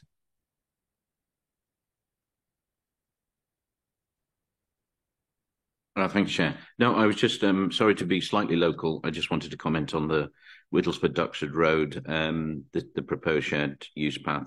I think as was outlined in the report, there was some hesitancy from the parish council when it first came up, but I think probably we'll find that once we go out to consultation and the residents along Duxford Road, that it will be very much supported if we have the funds, Josh.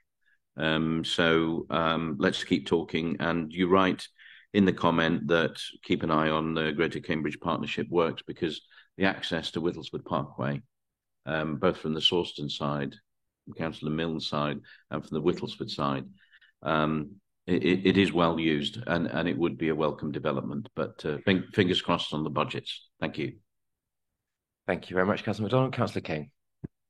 Thank you, Chair. I have two questions. First one is to do with the Cemetery Road roundabout referred to by Dan. I think the concerns of the Whittlesea Town Council are well articulated. What are your proposals to deal with that, Josh, please? So the two Whittlesea projects, so the one on Broad Street and the one on Cemetery Road as well, based off comments from the local members and also the town council, the proposal was to withdraw those two schemes from the programme. I have to say, I'm glad to hear that. Thank you, Josh. It is important to listen to local people. My second question, Chair, is one of my hobby horses, which is this non-motorised users. And this occurs in a number of places. First of all, on the Rampton to Cottenham cycle and pedestrian path project. This seems to me to be an ideal candidate for an NMU path for pedestrian cyclists and riders and carriage drivers. Would it be possible to just be consistent and refer to that as an NMU path and perhaps consider restricted bridleway or byway, restricted byway to include carriage drivers? I think, yes, it's possible. At the moment, kind of all options are on the table there, given the stage of the project as well. There's two options. So the cycle route refers to the inline improvements, but we're also exploring an option to purchase some land and go across a farmer's field, kind of just to the rear of the path, which would basically open us up to a lot more possibilities. Very good news, Josh. Thank you. I think it's so important that where we have a chance to create proper NMUs, we seize it. So thank you. And I have the same comment, which I won't repeat, about the Toft to Comberton project. And again, that talks about an NMU route, but it doesn't specify who it's going to be designed for. So again, I think we just need that clarity. Thank you.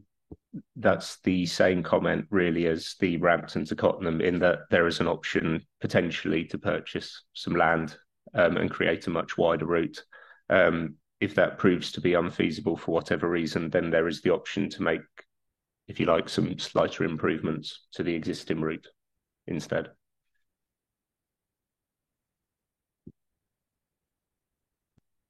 Thank you. Thank you, Councillor King. Do I have anybody else? Councillor Sharp. Thank you, Chair. Broadly in support of this, it's just a couple of comments really, and just trying to understand how it's going to work. Because if I look at the appendices and touching on what Councillor Anna Bradnam's mentioned about the issues around Ditton, where it looks like it's not gone. Local residents haven't really been consulted yet or spoken to, and we haven't reading the papers. I'm just trying to find it. We haven't yet got funding for that particular project. I'm just trying to understand, and if I look at certain of the other projects, there's a couple there like Toft to Converton, where we're looking at unaware if we're to put the LTN 120 cycleway in, which would be an asset, not against it. We've got to get landowners to agree to that or to be open to it, and knowing how long it takes to get compulsory or get land transferred on one particular scheme in my division, I know that takes a very long time. So the one question I have is we've got this 1.35 million. We get that every year from government. So on most of these, we're saying taking them to detailed design and the next step. Have we got funding to then take them on beyond that, or are we really looking at getting an oven ready, for want of it, an oven ready scheme, so when we get the funding, we can just slip that scheme into place? Does that make sense? You happy for me to pick this up? Yeah. So the idea with some of them is to progress in future years via that 1.35 million. For others, the value is likely to exceed what we'd be able to afford from that pot of money. So it will essentially mean a shovel-ready portfolio of projects that we can approach CPCA, Active Travel England, etc., for funding in future years, which are ready to hit the ground. Thank you very much. If I can come back very quickly, sorry, Chair. Thank you, Josh. Thank you for that. I note it says delegate to chair and vice chair, but if we're in that situation where we've got to choose between schemes because we haven't got the finances, should that come back to this committee at some stage rather than placing the onus on officers to make that decision in reference to yourselves? Would be my question. I can pick this up. So within DTSA, the maximum amount of funding we can put towards a project is already limited to £500,000. So that effectively does the sweep for us, if you like.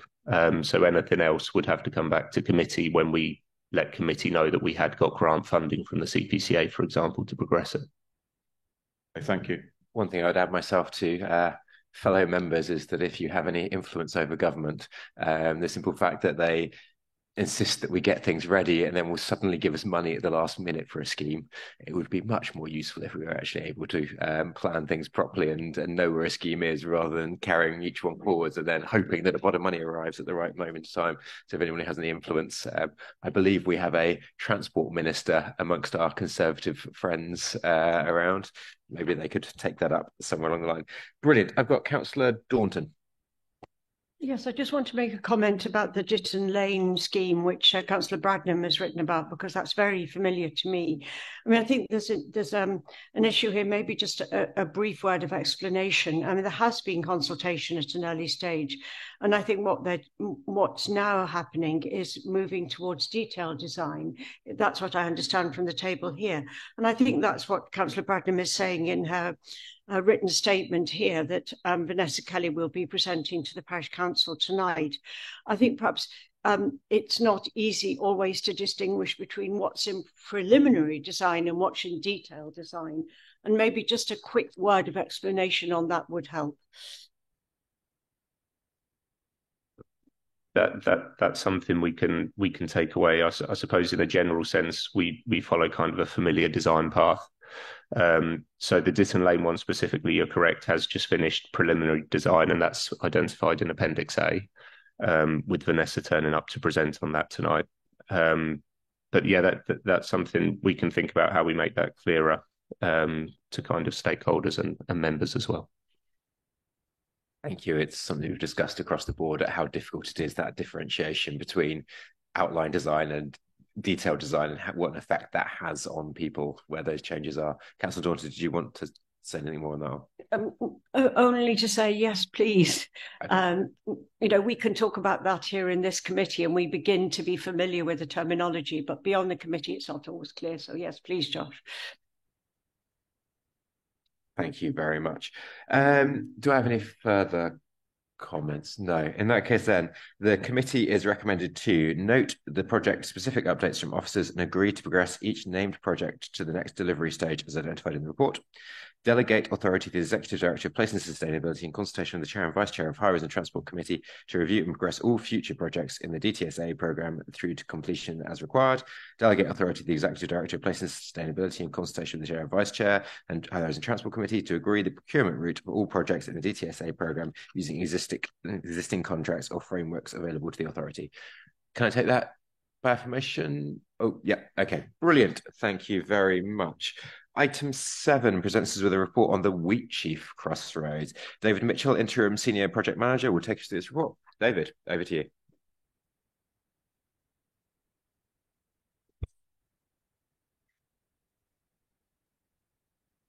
Thank you, Chair. The purpose of this report is to enable progress to be made on the proposed junction improvement at the Wheatsheaf Crossroads through to construction following award of a construction contract. Paragraphs 1.1 to 1.3 of the report set out the approval to progress the scheme in 2021, together with the associated funding. The vehicle-activated signs mentioned at paragraph 1.4 are expected to be installed later this week. The scheme has progressed through several stages of scheme development as set out in paragraph 1.5. The main issues set out in section 2 of the report consider the procurement strategy, land acquisition, utility diversion work, temporary traffic management, and the construction programme. There is a single recommendation. Thank you, Chair. Thank you, David. And I think we've talked about Wheatsheaf a lot. I think we're all very grateful at how it is progressing, and we all know the safety improvements that it will bring. So thank you very much for your work on that. Members, do I have anything, or are we happy just to progress? Fully support it. Okay, so the committee is asked to delegate authority to the Executive Director, place in sustainability and consultation of the Chair and Vice Chair of the committee to award and execute the contract for the construction of the new traffic signalised junction at Wheatsheaf Crossroads starting in February 2024. Take that by affirmation. Everyone supports that? Brilliant. Very good news story. Good to see that one finally being progressed. So thank you very much. Item 8 is the on-street electrical vehicle charging infrastructure policy. Emily Bolton, Climate Crisis Strategy Manager, and Sarah Hatcher, Principal Transport Infrastructure Officers, will take us through the report. Are they here? I don't see them at the back. Do we have Emily or Sarah Hatcher? No. Okay, should we move that? Do we have anyone else that can present it, or should we move that one to the back? Who's that coming through? Okay, we'll skip that one for now. Move on. Oh, are they there? Brilliant. We were too speedy for you. Emily, thank you very much. Do you want to take us through this one? Thank you. Yes, sorry about that, Chair. So today we're bringing you a paper on a new on-street EV infrastructure policy and an update on the wider EV electric vehicle related work to date. So as I'm sure many of you are aware, electrification of transport is key to reducing carbon and meeting our local and national net zero targets. But provision of EV charge points to facilitate this transition is required. And certainly Department for Transport is looking towards highways and transports authorities to support and provide this infrastructure.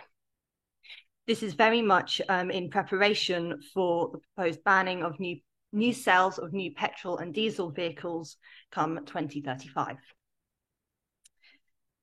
So we know across Cambridgeshire, there are various estimates that suggest some 10,000 charge point sockets are required, predominantly on the public highway. But the council currently has no agreed parameters for what constitutes an acceptable charge point installation on the highway that both supports decarbonisation of transport whilst balancing our requirement to have this duty of care to ensure the adopted highway is kept safe and passable for the use of the general public. This policy sets out those parameters based on 5 categories of charging situation that we have set out in 2.4 of the committee paper. The policy also covers key considerations for any installation, including elements around accessibility and equity, licensing, maintenance, and decommissioning. Due to the evolving charge point technologies, it is also intended to regularly review and keep this policy up to date as new solutions come forward. Currently, the policy prohibits the trailing of cables across the footway. However, we acknowledge that there are some key benefits to being able to charge a vehicle using domestic electricity supplies. As such, the paper also incorporates a recommendation for the development of a pilot project to explore and test out opportunities to enable residents that do not have off-street parking to use their home electricity supplies and pass a cable across the footway to a vehicle parked on the road. Lastly, we provide a general update on wider progress and funding related to electric vehicle charging infrastructure, where we're working very closely with the Cambridgeshire and Peterborough Combined Authority and Peterborough City Councils to develop a plan for rolling out infrastructure more broadly. This is set out in section 4 of the paper. Thank you very much, Chair. Thank you very much, Emily. Members, do I have any questions or debate? Councillor Gardner. Thank you very much, Chair. Yes, thank you very much for the report, Emily. I thought it was an excellent report. My only query was if you're living in a house that abuts the road, the footpath, if you're going to look to have gullies across, I could almost see at some point, if every house did that, you'd have umpteen gullies all the way across along the length of the pavement. Now, is Cambridgeshire County Council going to look to limit the number of gullies whereby residents would have to use the same gully? And if so, what sort of cost would there be to the resident? You know, in the same way as we've looked at the LHI costs for parishes, so that they can get some sort of idea how much various different types of schemes cost. How much would a gully across I know that could vary with the width of the footpath, but I think it would be quite useful for a resident to know what sort of cost they may have to incur to get that across the footpath, because it will be an additional cost that they need to be aware of when buying an electric car. Thank you, Councillor Gardner. I would say that is exactly the sort of things that we need to scope out as part of developing this pilot project. So thank you for those comments, and I think we'll incorporate those into our considerations. Thank you very much, Emily. I should actually say that that was a slight passion project of mine. In my area, we have a lot of people with no off-street parking that really need it. And if you wander around the streets of my area, you see so many cables trailed in unsafe ways that we really do need to get to a policy that works for everyone, that can actually enable things. Next up, I've got Councillor Milnes there.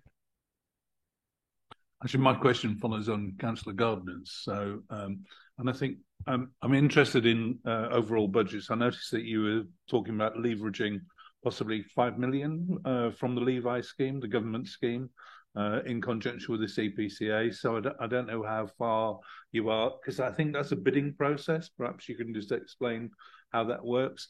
And in relation to Councillor Gardner's point, one of the questions in particularly urban areas, the city centre, for example, with the charging, is where is your car in relation to your house?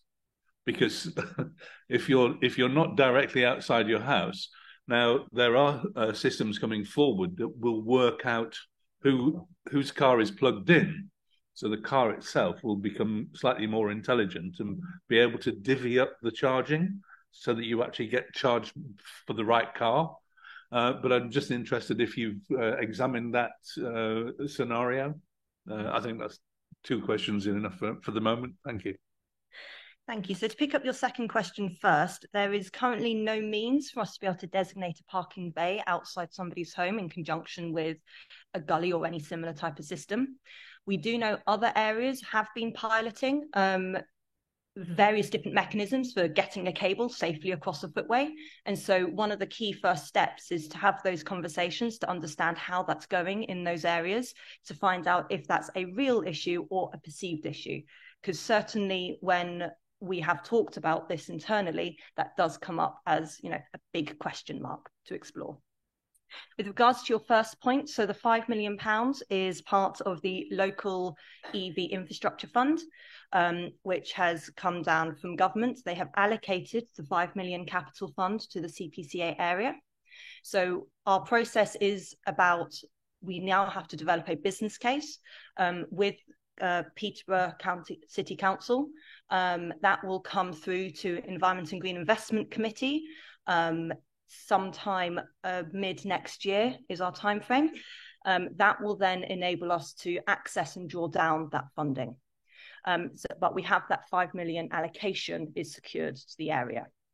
We also know that the funders are very keen to ensure that money is put out and is spent effectively. And so there will be an iterative process, should it be required, for us to further develop our proposals to ensure that we are maximising the amount of that 5 million that we secure. Just a quick follow-on.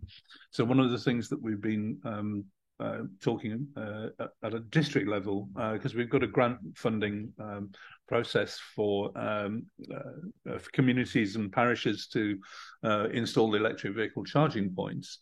But one of the limitations for that is that the understanding of those community groups and parish councils, for example, although they're keen on doing that, they don't know what's available.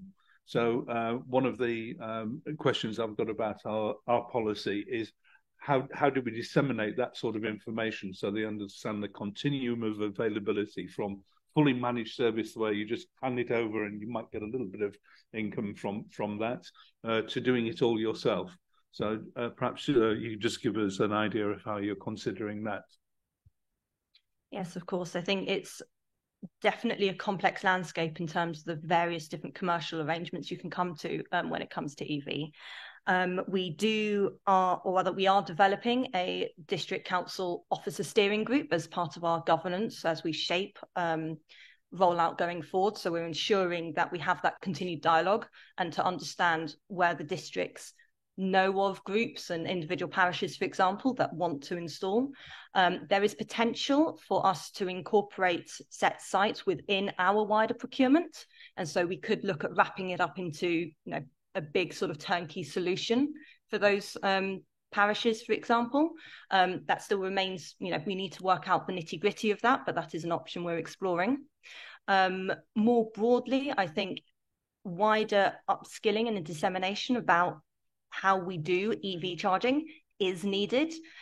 We know the Energy Saving Trust provides a lot of information that I'm unsure whether parish councils can directly access, but certainly districts and us can. So hopefully that means we can signpost at the very least to support those decision making as well.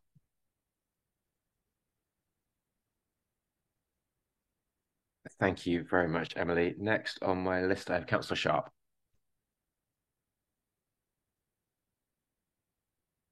Thank you, Chair. Didn't want to work. Yes, one question on, and then I've got a couple of points. But the first question on 8.2, and I understand the issue, obviously, where you've got, say, Cambridge with the terraced houses, and I've got a number of roads in my division where similarly there's no off-street parking at all. But on 8.2, and it sounds like an ambitious project, but it's talking about utilising lighting columns, and it says some authorities have actually trialling or are aware of trialling this, but we're saying it's not a feasible option. I just wondered briefly, perhaps, what sort of issues you face with that, and why it is not at this stage a feasible option. Thank you. So that one's predominantly a really practical issue of in Cambridgeshire, the majority of our lighting columns are at the back end of the footway, which means to plug a charge point in, you would then have a trailing cable again. Many other authorities that have been able to utilise their lighting columns either have quite hefty columns, which means you've got enough space to physically fit in all the gubbins required for a charge point, but also they have them on the curb's edge.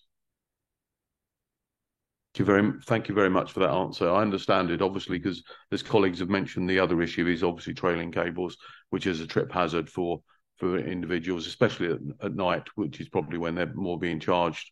Yes, so really going back to the point, obviously, yes, we need to liaise with district planning colleagues. Obviously, going forward, I think it's going to be easier on new builds. I think our issue is around the older parts of the district where we've got older buildings and there's no infrastructure. So I understand, and thank you for the paper. Thank you.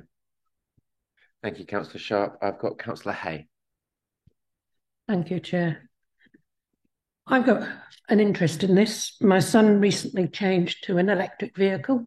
He'd read up all about it, and he'd read that certain councils do allow you to put cables across. He bought the matting, the rubber matting, the signage, only to find out that, unfortunately, Cambridgeshire isn't one of them, which is not really encouraging people to turn to electric vehicles.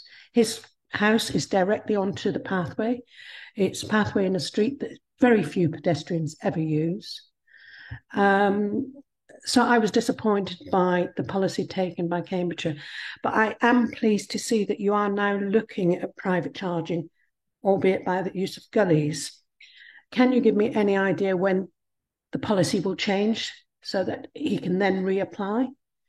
And would it be down to the resident themselves to pay for the gully, or would that come out of some budget within County Council? So in terms of timings, we've proposed in the committee paper to do all of our scoping work and to come back to this committee in March with the proposal. That will also run through the detail around particularly liability and risk management and some of those nitty-gritties details, so that yourselves can make the informed decision about the route forward that we want to take. I think in terms of payment and costings, that's an element that we would have to build in to that scoping exercise so we can understand how best to administer this going forward for the long term. Thank you, Emily, and thank you, Councillor Hay. That is something I hear time and time again. It is, unfortunately, what we end up with is people trailing cables in their own ways, people that perhaps aren't as conscientious as your son in asking, and therefore we end up with the worst of all worlds rather than actually coming In up. this case, it's mother's come to the rescue, having one fitted in her garage. Lucky that you could do that. I have to admit, personally, I actually have on-street parking, but nowhere near my house. So I had no idea how on earth I'm ever going to make it work if I transition to an electric car, because it would be a 200-meter cable. And I don't see Emily ever allowing a 200-meter gully to get to my car. Next up, though, I've got Councillor Shaler. Thank you very much, Chair. Just a quick mention of the pilot scheme in Abbey and Cambridge. They have huge boxes plonked in the middle of the footway. So going forward, hopefully we'll have something that is more standard, but nothing like that, please. Thank you. I think that's a plea more than a question, hopefully, Emily. Councillor Dupre. Thank you. Demand for electric vehicles is clearly outstripping supply. I think the two graphs on one of the pages are identical. So unless I've missed something, I think it's just the same graph replicated. But that clearly shows a huge growth in demand for electric vehicles, of which I'm part. I've got mine parked outside.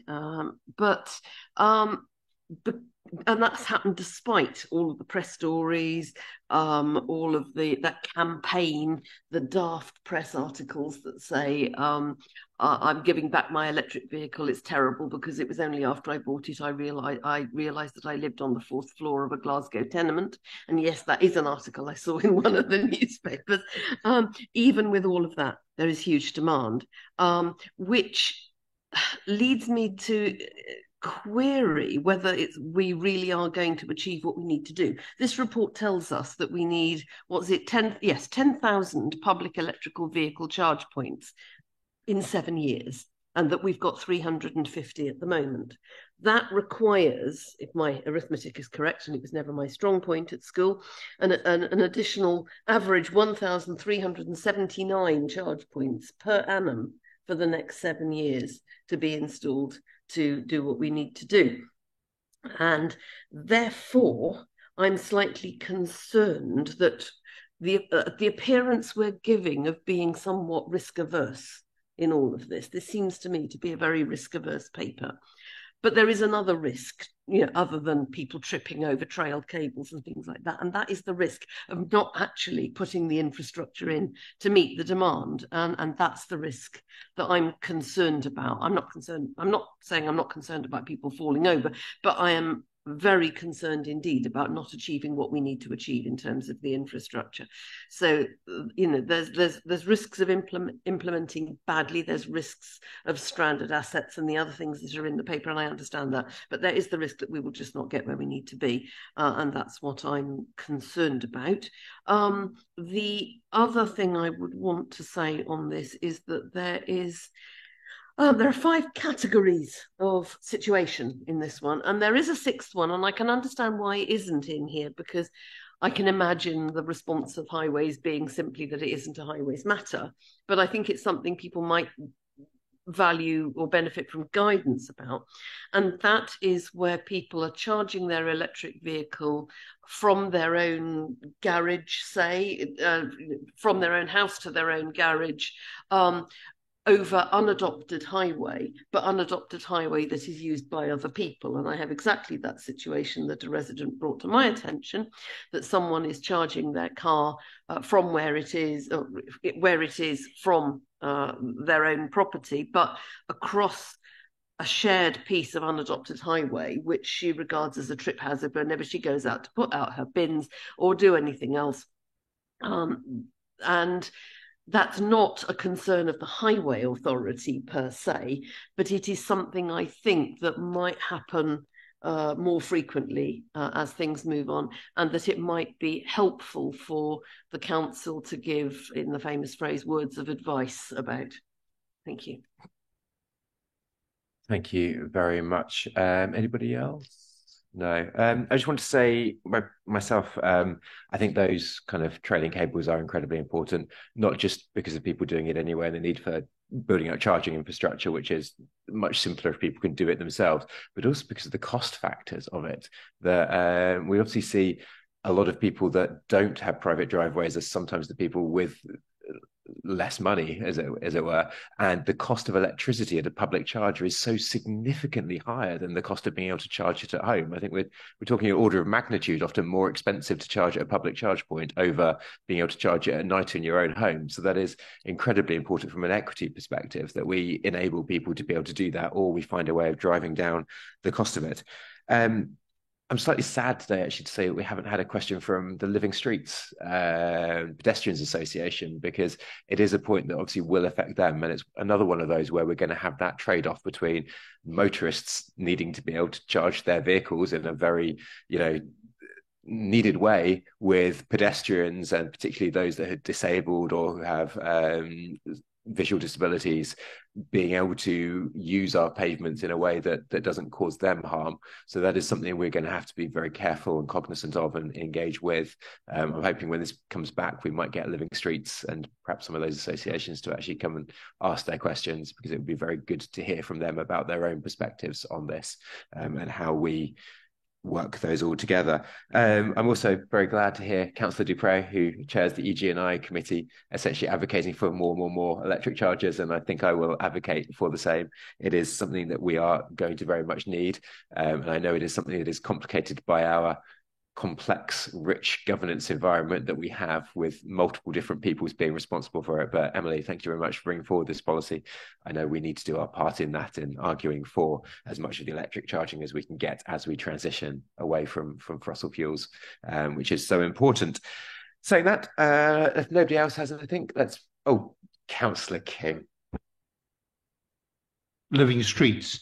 Could I suggest that Emily does engage with Living Streets to get their view on it? Thank you.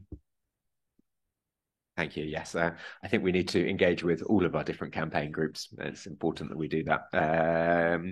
Brilliant. Okay, so the committee is asked to note progress to date and next steps for electric vehicle infrastructure in Cambridgeshire and Peterborough, approve the draft on-street electric vehicle infrastructure policy for highways, approve the exploration of solutions and development of a pilot to enable residents without off-street parking to charge their vehicles using home electricity supplies, agree that a report is presented to the committee in March with a pilot proposal to inform the future on-street electric vehicle charging policy. Can I take that by affirmation? No dissent. Brilliant. Thank you very much. And thank you, Emily. Item 9 is the Intelligent Transport Systems Maintenance and Supply and Install 2023 contract. Very interesting one. And Richard Ling, Signals and System Manager, will introduce the item. Richard, over to you. Thank you. Thank you, Chair. Good afternoon, members. This paper seeks approval to proceed with a joint local authority procurement of intelligent transport systems, and to delegate authority to the Executive Director of Place and Sustainability to award a call-off contract and any extension in consultation with the Chair and Vice Chair. The County Council currently maintains the existing traffic signals asset through a joint contract with a consortium of 5 neighbouring authorities, with Cambridgeshire as lead authority. This contract provides specialist services to maintain existing traffic signals and some of the county-maintained vehicle speed warning signs. The contract also provides services to refurbish the existing traffic signals and to provide new equipment, such as the signals required at the Wheatsheaf junction mentioned today. The current 8-year contract expires in early September 24 and cannot be further extended. The current contract has worked well for all authorities, and we have therefore been working together to continue this relationship going forward. On this occasion, Luton Borough Council have been lead procurement authority, working closely with our procurement, technical and legal representatives. Following any approval at this committee, contract documents will be published before Christmas, with assessment and contract award in the spring 24. A new contract will need to be in place by the 3rd of September 2024. Thank you. Thank you, Richard. And before we go any further, I just want to do a quick shout out to the Signals team who do so well and get so little praise. But I think the fact that nobody ever hears about Signals shows just how well they do in keeping us moving and how vital they are. So thank you for all of that. I know you are working very hard with quite aging assets. So thank you. Members, do I have any? Yes, Alan. Thank you, Chair. Councillor Sharp, sorry. Thank you. No, you're fine. Thank you for the paper. Fully in support of it. And what I do, there's 2 points. What I do agree, the more we can share with neighbouring councils, we must get an economies of scale, which means that we're getting a better price for what we need. And the second point is always more of a question, and forgive me if I've misunderstood it, is on 2.3, we're talking about a lot of our older traffic signal installations use obsolete technology, and presumably some of those need replacing. Is this contract designed to actually get rid of that obsolete technology so we're using more up-to-date technology? Whenever we replace new equipment, we always use LED technology, as you would expect nowadays. We do have an issue with obsolete technology controllers. For example, the East Road Mill Road controller was put in 1993, which, I'm not sure we have computers worth 30 years old in our households.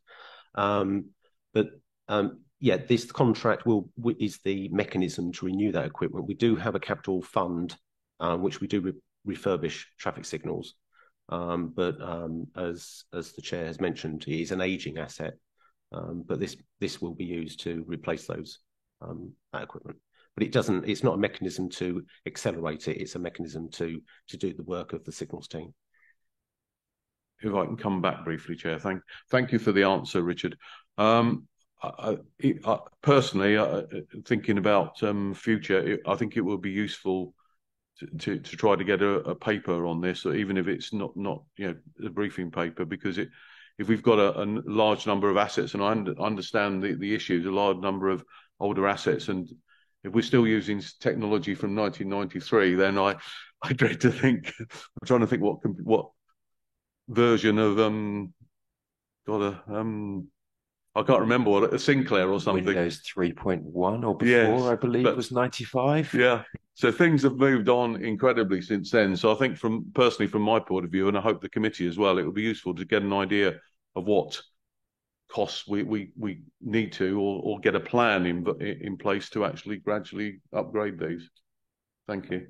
Just to add to that, we have got a DFT fund bidding process out at the moment for a £70 million fund. There is a £20 million fund for to identify this obsolescence, within the UK. The indications are we will have £123,000 through the ITB block automatically, but we are also going to put a bid forward for some of that money as well. But that is against all other English authorities. So the funding, that funding will go quite thinly, I presume. Thank you. Thank you. And just from myself on that one, I do feel the age of our signals assets is something that's kind of slightly been hidden. We all notice the potholes and what happens there, whereas obviously the knock-on impacts of traffic signals are quite high, and having ones that are, Windows 3.1 generation and Minesweep is the game of the time. I think that puts it into context as to what we need to do. Richard the other day actually sent me an interesting photo of the East Road Mill Road that apparently used to be a roundabout back in the day in the 60s, which I don't know if anybody here is old enough to remember that, but it's quite interesting to see how those have changed and how it's all moved on. Claire Daunton? Councillor Daunton. Yes, thank you. It's really a point of explanation, please. So when in an area where these new traffic lights are installed, presumably the phasing is different, the operation is different, and so motorist cyclists will see a noticeable difference at that junction. Is there any general explanation of that? Whenever we refurbish any signals, you will find that we'll go away from the traditional pelican crossings with the signals across the road to the more standard puffin or toucan crossings, or moving on to equestrian crossings in some rural localities. But the signals will there'll be LED technology, so they'll be a lot brighter. So it will look a lot, a lot of a refresh, but signals will be signals at the end of the day. And the refurbishment budget at the moment is looking to replace just the signals equipment, where not physically changing curbs and things like that. But that's the sort of the look of the signals. I think Councillor Daunton, Richard, was also kind of speaking to the signalling itself, and I was quite amazed when you told me about the Cambridge system of pedestrian crossings and how we actually speed things up a lot compared to the rest of the country on those signals that are new enough to be able to do that. So it's amazing how upgrading the signals can suddenly lead to a much better pedestrian experience and reduce down wait times and increase safety there. So there's great things that come with being able to replace these, as well as the energy requirements, as we talked about the other day, that we have so many signals that rely on very old halogen light bulbs, which from an environmental perspective is not brilliant. But do I have any other members? Councillor King.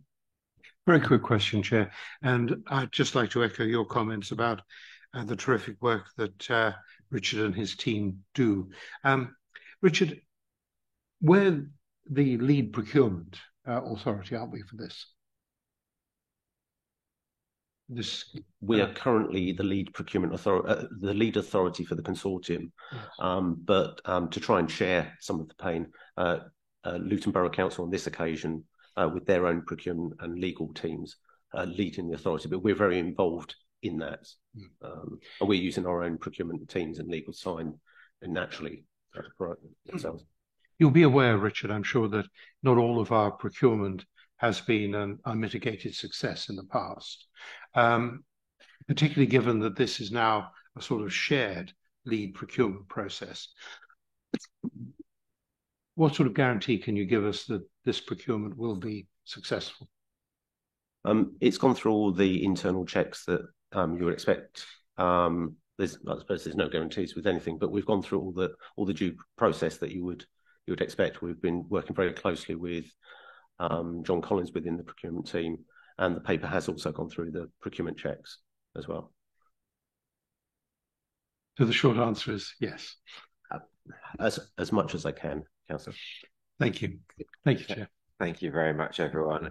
Should we move to the vote? So item 9, we are asked to authorise the procurement of the Intelligent Transport Services as part of a joint procurement process as outlined in the report, delegate authority to the Executive Director of Place and Sustainability in consultation with the Chair and Vice Chair of the Highways and Transport Committee to award a call-off contract for the provision of Intelligent Transport System services and any extension periods outlined in paragraph 2.2. Can I take that by affirmation?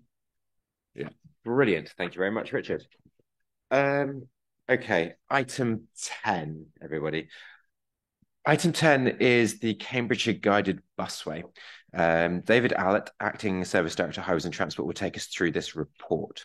Officers have continued to manage the safe operation of the busway, and this paper relates to the potential additional safety measures. Given the financial values involved in this is a key decision, which would provide the required authority for the officers to implement the relevant safety works. I will remind members that in May 2023, CCC was told it is due to be prosecuted under Section 3(1) of the Health and Safety at Works Act, 1974. In the circumstances, it would not be appropriate to make any comments at this stage that touches on any matter around that prosecution. I urge members to focus discussion only on the funding delegation sought to provide the authority necessary to the officers to progress this relevant works. David, over to you. Thank you, Chair. Members will be mindful that a section of the guided busway in one direction has been closed between Cambridge Railway Station and Addenbrooke's.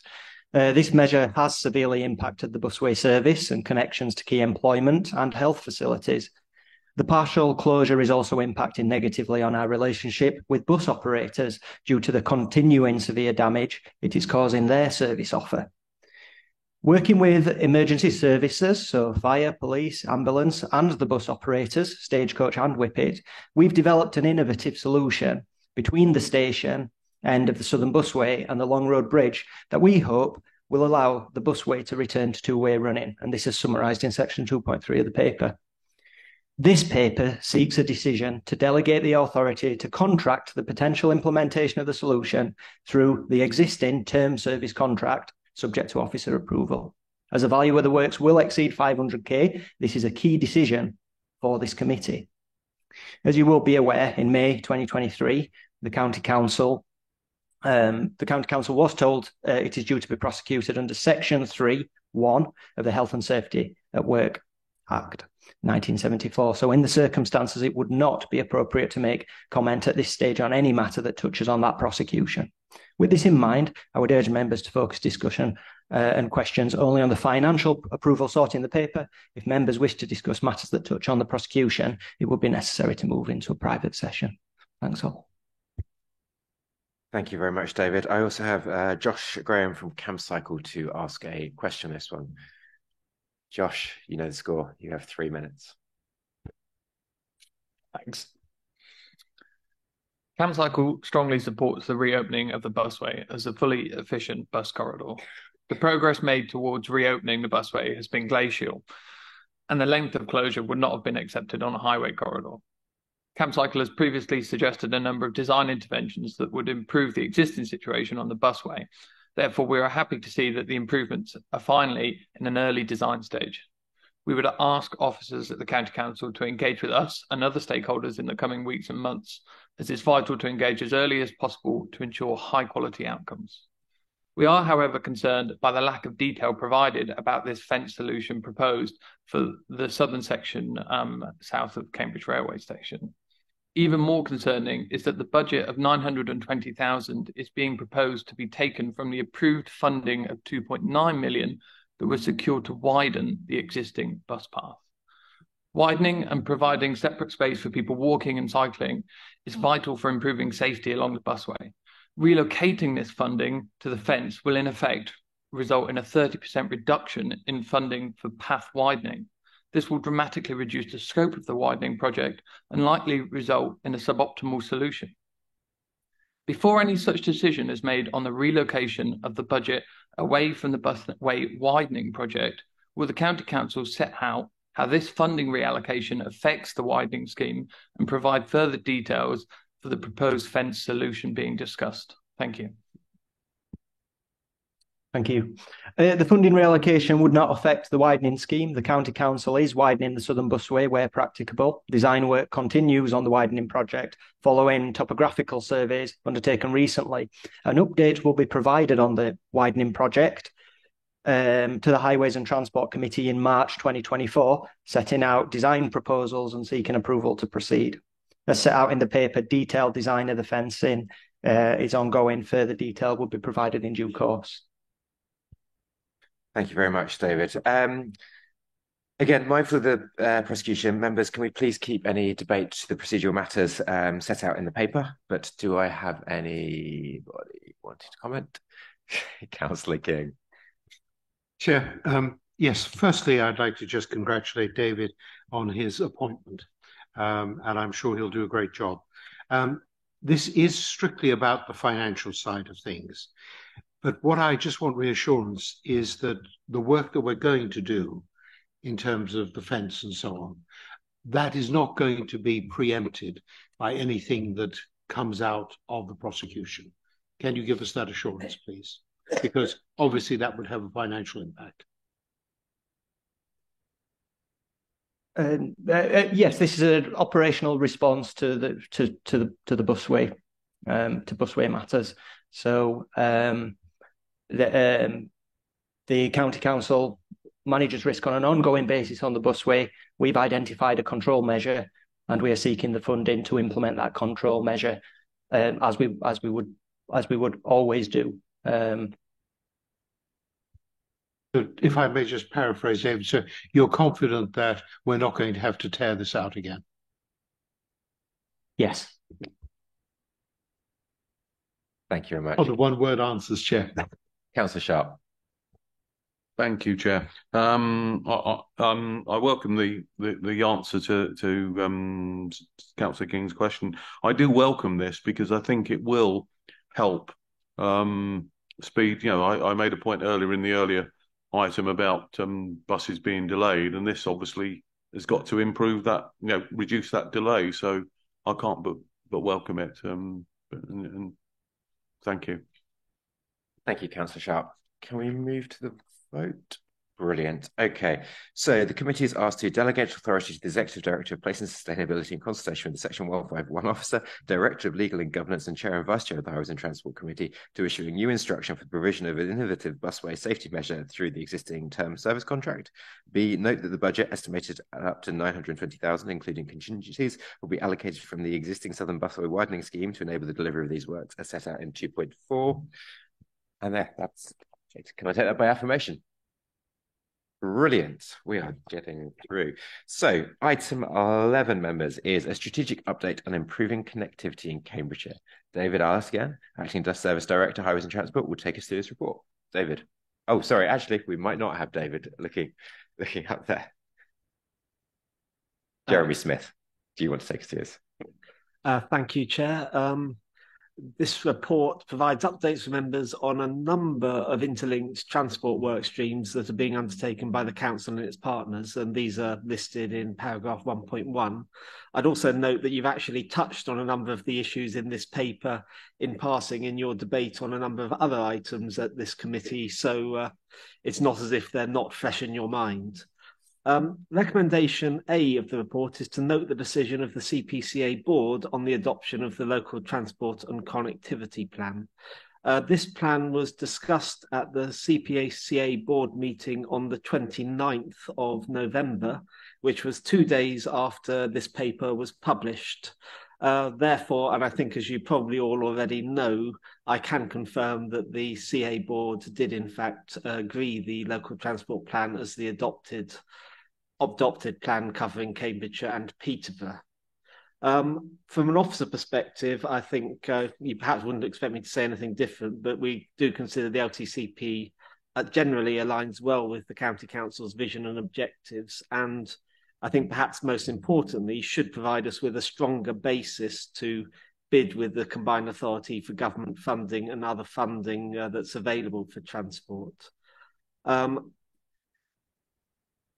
Paragraphs 1.6 to 1.8 of the report set out the Local Transport and Connectivity Plan objectives, and you'll be pleased to know I don't propose to go through them in detail. It also notes the 3 principles to guide measures that the CA and local authorities bring forward to meet those objectives, which is to avoid, as in, are there things we can do in the planning system to avoid the need to travel or avoid unnecessary travel, to shift, to give people opportunities to use different modes of transport and meet our objectives, and improve, which hopefully is self-explanatory, but for all modes of transport, how do we improve people's experience of them? Combined with other plans that we've already got, there is the potential for the LTCP, as with any local transport plan, to be transformational. This report does, in further sections, deal with some of the impediments to that, including, of course, the availability of funding to deliver everything that we would want to deliver. Recommendation B of the report is for the Council to work with the Combined Authority to develop a new rail strategy. It would be part of the Local Transport and Connectivity Plan suite of documents, so adopted by the Combined Authority and the Council. And it's fair to say that with the Ely area capacity enhancements, with East West Rail, with new stations at Cambridge South and at Waterbeach and aspirations for others, there are already significant enhancements planned for the rail network in Cambridgeshire, but there are further opportunities to enhance local connectivity in the county using rail. And we need to be working with the rail industry and the Combined Authority and others to push those advantages or those opportunities. And paragraph 3.2 lists a number of those opportunities and issues that might be addressed. There are, of course, others, which I won't go into, but members may well have their own perspective on that. Recommendation C is another one to note the decision of the CA board on bus reform and bus improvements. The report provides an update on where the Combined Authority has got in looking at bus improvements and the tendered bus service network, where it has agreed continued funding for 71 services, with 6 services retaining funding but technically still under review, where they'll be brought back to the CA board at a later point. In addition, there is 1 new tendered service in the north of the county, Wittering, Wansford to Caster, and 3 new DRT trials, demand responsive transport trials proposed, 1 in East Cambridgeshire, which there's a couple of options for, 1 in the Wisbech area and 1 in South Cambridgeshire. The CA board also agreed in September to move forward to the audit of the draft outline business case for a bus franchising scheme or an enhanced partnership model to manage the bus network. And in the November meeting, it agreed BSIP funding, which is Bus Service Improvement Plan plus funding proposal set out in paragraph 2.6 of this report.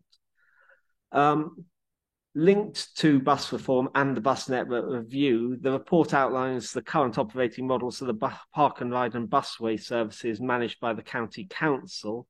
And recommendation D in this report is that the council will consider changes to the operating models as part of the combined authority-led bus reform work, noting that any recommendations on the operating models of the 2 systems would be subject to the agreement of the county council as the owner of these assets. And I would note in that context, of course, that the Greater Cambridge Partnership has, I think, 4 schemes that could be bringing forward more busway or more park and ride capability, and it would be the intention to include those in any such review of the operational management regime on the same basis as the existing infrastructure. On home to school transport, the bus network review identified 2 tendered services which were considered alongside current home to school transport provision and looked at, well, identified the potential for joint commissioning or provision of those services. That would be the Wittering Wansford Caster service mentioned above and the 7A service, Duxford, Whittlesford, Sawston, Whittlesford, Duxford, which I think is in Councillor Milne's ward. While these proposals are subject to due diligence, by combining the commercial and home to school tendered services, there is potential for tangible savings from the integration of that provision, and recommendation E is therefore to continue work on the review of home to school transport linked to the bus network review and to seek further efficiencies in our tendering of home to school services with the CA's tendering of normal bus services. Paragraphs 2.18 and 2.21 do set out some of the constraints that the congested road network puts on bus services and bus reliability, and measures that we are with the combined authority and with the Greater Cambridge Partnership undertaking or looking at to address this. And you have rehearsed some of this discussion actually in your comments on previous papers. So I think it is an area that you're already well versed in. I will give you one particular example, though, which is the Universal service, which is subsidised by Cambridge University between the Eddington site and the biomedical campus. Whippet, the operator for that service, use 8 buses to run the service. The slowest journey time for the whole route, which is about 4 or 5 miles, is over an hour, where even allowing time for people to get on the bus, it should take less than half an hour. This means that if you had less congested conditions, you might need 5 buses to maintain the current frequency, or if you had 8 buses in uncongested conditions, you could probably run it at a 5 or 6 minute headway. So what you can probably see from that is actually just to run the current timetable with 8 buses instead of 5 buses, you're talking about a 60% increase in costs, which in this case, I think the university picks up quite a lot of the bill for. But in terms of the commercial network, obviously those costs have to go somewhere, and the main place they go is the passenger. Now, these positions are particularly acute in Cambridge, but it would not be fair to say that they don't happen in the rest of the county on occasion too. Section 4 of the report gives an overview of the transport funding and expenditure by the council. And again, I think there are items in this discussion that touch on points you've already discussed, such as, for example, the fact that our funding for integrated transport improvements has been stable in numbers, in numerical terms, for the last 10 years, but has not increased for inflation at all, whereas construction industry inflation has raced ahead. Therefore, we are getting less for our money for transport improvements and for maintenance. Paragraph 4.7 refers to the issue of peat soil affected roads, which will be subject of a separate paper to this committee in January from John Munslow. So I won't rehearse the issues now, but it is a particular maintenance issue that just adds to the problem we have of funding at the moment only being enough to have a managed decline as opposed to even a steady state on the network as we have it at the moment. So finally, sections 5 and 6 of this report consider how the County Council can work with its partners to deliver the local transport and connectivity plan and address the wider ambitions of the Council and our partners. And in that context, the final recommendation is that the committee agree that the Council continues work with the Cambridge and Peterborough Combined Authority, the Greater Cambridge Partnership and other partners of this to, as set out in section 6 of this report, to achieve further government investment in maintenance, management and improvement of our transport network. Thank you, Chair. Thank you very much, Jeremy, and thank you and David for all your work on this paper, which is Herculean. And I have to admit, if anybody wants to understand what is going on and the challenges that we have in Cambridgeshire transport, please do read this paper. I really wish members of the public that were here earlier were here to read this and take it all in. It's the explainer I send to everyone now on the challenges that we have. So thank you for your work on that. It's a brilliant paper in understanding exactly what is going on. First off, though, I have Councillor Daunton. Yes, thank you. And thank you very much for the paper. I've got 2 points and they concern point D and point E. So under point D, I use 3 of the park and ride sites, 1 very frequently, the other 2 less frequently. I'm hoping that as a result of all the work that's going on, they might be given more prominence and be used perhaps more effectively as travel hubs. And I think that we, as a county council, need to look at ways of improving them, maintaining them more efficiently, making them safer, making them more attractive, making them really the travel hubs that indeed they could be and should be. And I really hope that we can have some more information on that in the future about what we could do and over what timescale we could do that. And I'm very happy to talk to you outside this meeting about my experiences in each of those park and ride sites. On point E, this is really a question about coordination. We had a paper to children and young people on the 28th of November about the home to school transport and the review that's going on there. So what's the coordination across the county and who's leading on that? How does that affect highways and transport? Where does that go across the county? And that, for me, that's a general point about cross-committee working in the county. So if someone, one of the officers could comment on that, I'd be very grateful. And in general, I think this is a really important paper, but it does speak about lots of different partners that we're working with. Where and how is all of that work coordinated? Who's doing the coordinating? What committee? Who's involved? Which officers? Which members? I'd be really interested to know. Thank you. Very valid points, Claire. Jeremy, do you want to pick up some of those? Yes, certainly. On home to school transport, to start with, we do obviously liaise with our education transport colleagues and try and make sure that our engagement and messaging is joined up. I think it's fair to say that in terms of the review and the identification of the services, they did a lot of the work, but we're obviously engaged in David's section in particular with the Combined Authority on bus reform. So between us, we're trying to make sure that from the county perspective, we're joined up in our engagement with the Combined Authority and we're giving consistent messages across education and highways and transport on what the county's position is. So on Park and Ride, we'd be delighted to hear your experiences, as would Campbell Ross Bain. And I think from an officer's perspective, we would very much wish to see the opportunity for the Park and Rides to have an enhanced role as transport hubs and have better provision there, make more use of the assets we have there. The buildings aren't used as much as they could be, and that's partly a financial constraint. And it's obviously there's a whole load of moving parts in this with our partners, with the CA, with bus franchising and partnership discussions.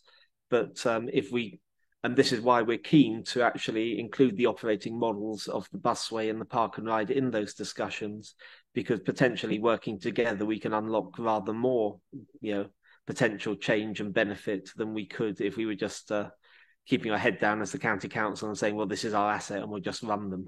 So, and as members, I think as the paper highlights, there's actually a financial cost to the county council, which is currently being subsidised by the Greater Cambridge Partnership. But of course, that is only it is a time limited subsidy of those charges. At some point in time, that pressure comes back on the county council's budget. So there is an imperative on us to keep that in mind too. So and that does bring me to the governance question, which, as has been mentioned before, we do have a unique and rich, complex government environment in Cambridgeshire, but David and Frank and others are liaising almost constantly with our partners at the Combined Authority, the Greater Cambridge Partnership and the district councils. And generally, I think there's a good working relationship there, but there are often little points of detail to be worked out between us, but we do work very closely together and try and ensure that we're bringing all 3 or 4 or 5 or however many bodies need to receive a paper, consistent messaging on the transport elements that we're all responsible for. Do you want to come back there, Claire? Yes, I would just like to say, well, I think it would be really helpful to have an update on this paper, to have a sort of know where we're going next, and to bring a version of this paper back to this committee. To admit, I think this is one of the most useful papers we've had explaining things. So I'm very happy to keep it updated possibly and keep bringing it back so as members are in the loop. If not to this committee, then as a briefing note, because it is incredibly important to see where we're up to, and there's so much work going on. Very happy to take that one. Councillor Gardner. Thank you very much, Chair. It's a very quick question. It's with regard to post-16 transport, and it's slightly parochial, Chair, which I do apologise for. In my particular division, which is very rural, we had a Ting bus service that's now concentrating in St Neots because it is more cost effective for it to do it. So it's avoiding the villages. As a consequence, residents' children that are post-16 haven't been able to get on the Ting bus to go to school, and parents are then having to drive children in the opposite direction to where they're going for work in the mornings and in the afternoons. So it's just something that I think we need to make the Combined Authority aware of, that we need to be looking at post-16 transport, particularly in rural areas, not just mine, but across the county as a whole, where there are no regular bus services, and how we then get children to and from their homes to school. So that's my only plea, is that we look into that particular issue. Thank you very much, Chair, for your indulgence. And thank you, Councillor Gardner. I don't think you'll find a disagreement from this side of the room. I think actually the Combined Authority has often been your side of the room that's been questioning the cost effectiveness of Ting. But I do think it is really important to a lot of those rural areas in linking things up. So very much on board with that. Please do talk to your other colleagues. Next, I have Councillor Sharp. Thank you, Chair. I've got a number of points, and I'll just touch on what you said, that yes, we've got many challenges within this paper. We probably would look to get on different buses, shall we say. I'll start off with the local transport connectivity plan. Yes, it got approved, sadly, last week on the 29th. I'm a member of the Transport and Infrastructure Committee as the East Cambs rep. I voted against it on the 15th of November and still remain of that mind. There are some things in it I agree with, but there's a lot in there. There is a lot in here, and in some ways it's probably too much, because I think that there's a lot. I've got a lot of details, like Councillor Daunton mentioned. There's lots in, but I've got loads more questions, which I'm not going to bring up today. But certainly, I'll be questioning outside. I think some of us want to get home at a reasonable time. In terms of buses, so I'll just stick to the key points I've got. In terms of buses, yes, on 2.2, we've got 77 routes. 51 of those are well performing. Without being parochial, one of the 51 I want to alter slightly, which I've been sort of discussing with officers at CPCA, and it looks like it's not going to happen, which means it's going to inconvenience residents, but that's bit. I go on to 2.6, and we're talking about the 2.3 million from the BSIP Plus, which is great. But the only reason we got that 2.3 million was given, or 2.31 million to be exact, was only given, as I understand it, to all combined authorities that didn't get anything from the original BSIP submissions. So, it's just basically money there. And I don't really see anything in here.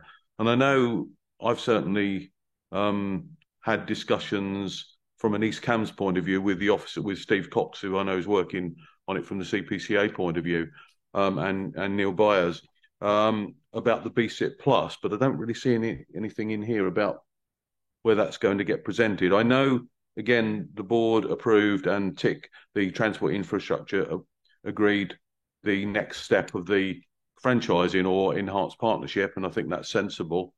But I'm not sure where that comes from. I welcome the rail work on rail strategy, and obviously, hopefully, the decision around the East Ely area north enhancement. The park and ride, I'm a bit. I wasn't on this council previously, but I know when the previous administration, the Conservative administration, I believe, started charging for parking at the park and ride, there was a massive rejection or rebellion by residents, and that was changed. So I understand, yes, we've got to find a cost, because reading the paper, it's at the moment the park and ride costs are the income is coming from on-street car parking and the GCP. So I understand there's an issue there, but I can see an issue if we started to go down charging for park and ride again, certainly from what happened, I don't know, 4 or 5 years ago. Members who were on here then will remember better than I. I would have to disagree with Jeremy on a rich governance environment between the GCP, the CPCA and the CCC. I know other colleagues opposite will probably disagree with me, but I feel that's part of the problem. Personally, I think we've got too many cooks. The broth's there, but the cooks are spoiling it. And so. And then on the CYP, yes, we did discuss home to school transport at the last CYP meeting, and I think we were in pretty much understood the issues from what John Lewis presented, and pretty much in full agreement with that. So that's really a snapshot of my thoughts on the paper. It is a good paper. I've got lots of questions with it, and I'm sure I'll be emailing Jeremy with questions, but certainly I would like this to come back to us with much more detail. Thank you, Councillor Sharp. On the rich governance environment, I think we say it in a slightly ironic way that I'm not sure anybody believes the current governance environment is as good as it could be, shall we say. I think David wants to come back on some of your points, though. So, David, over to you. Replies. May I just give my apologies? I have a hospital appointment, so I have to leave now, but thank you for chairing the meeting so well. And can I just make one plea? Can you please make sure the March to Wisbech railway line is included in the rail strategy? I'm sure that's something we were all keen on. David, though, did you want to come back on? Yeah, thank you, Councillor King. Thank you. All valuable comments from Councillor Sharp. I just wanted to come back on the comment about the BSIP and an update on buses. I've discussed with Neil Byers and Steve Cox at the CPCA would be happy to participate in a member briefing on those matters. So we'll get that in the diary. Come back to David. Yes, I mean we want the I sat here want the BSIP. I want it as get it in as good as we can. I feel the previous, without labouring the point, the previous one was pretty not very good. So we've got to, and I know that they came and spoke to the leader of East Cams and myself about 3 or 4 months ago about it, and we gave our points in terms of one of which was around the possible trialling of a DRT in East Cambridgeshire. So we welcome that sort of thing. But brilliant. Glad to hear more people welcoming the DRT. I think it is a way of the future in a lot of our bus services. Councillor Shaler. Thank you, Chair. I really welcome this paper. It is a bit of a clearinghouse. It is some people have said that, you know, we need some better coordination, or certainly communication of the coordination between the various crazy wings of local government in our area. And I think this goes a long way towards that. This paper touches on almost everything we do. And there were some comments I could have made during the discussion about active transport that also apply here. Other members talked about buses and various solutions to our transport woes, and they are to be found in this paper.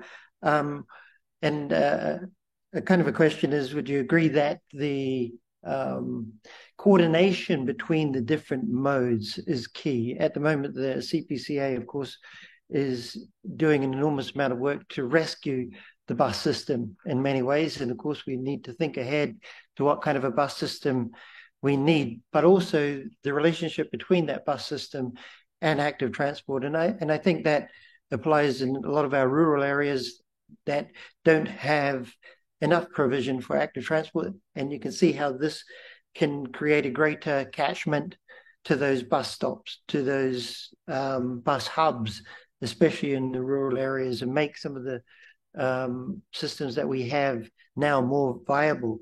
Finally, I just want to very quickly mention global warming, and we haven't said that yet. This is part of what we're trying to do to slow or to mitigate.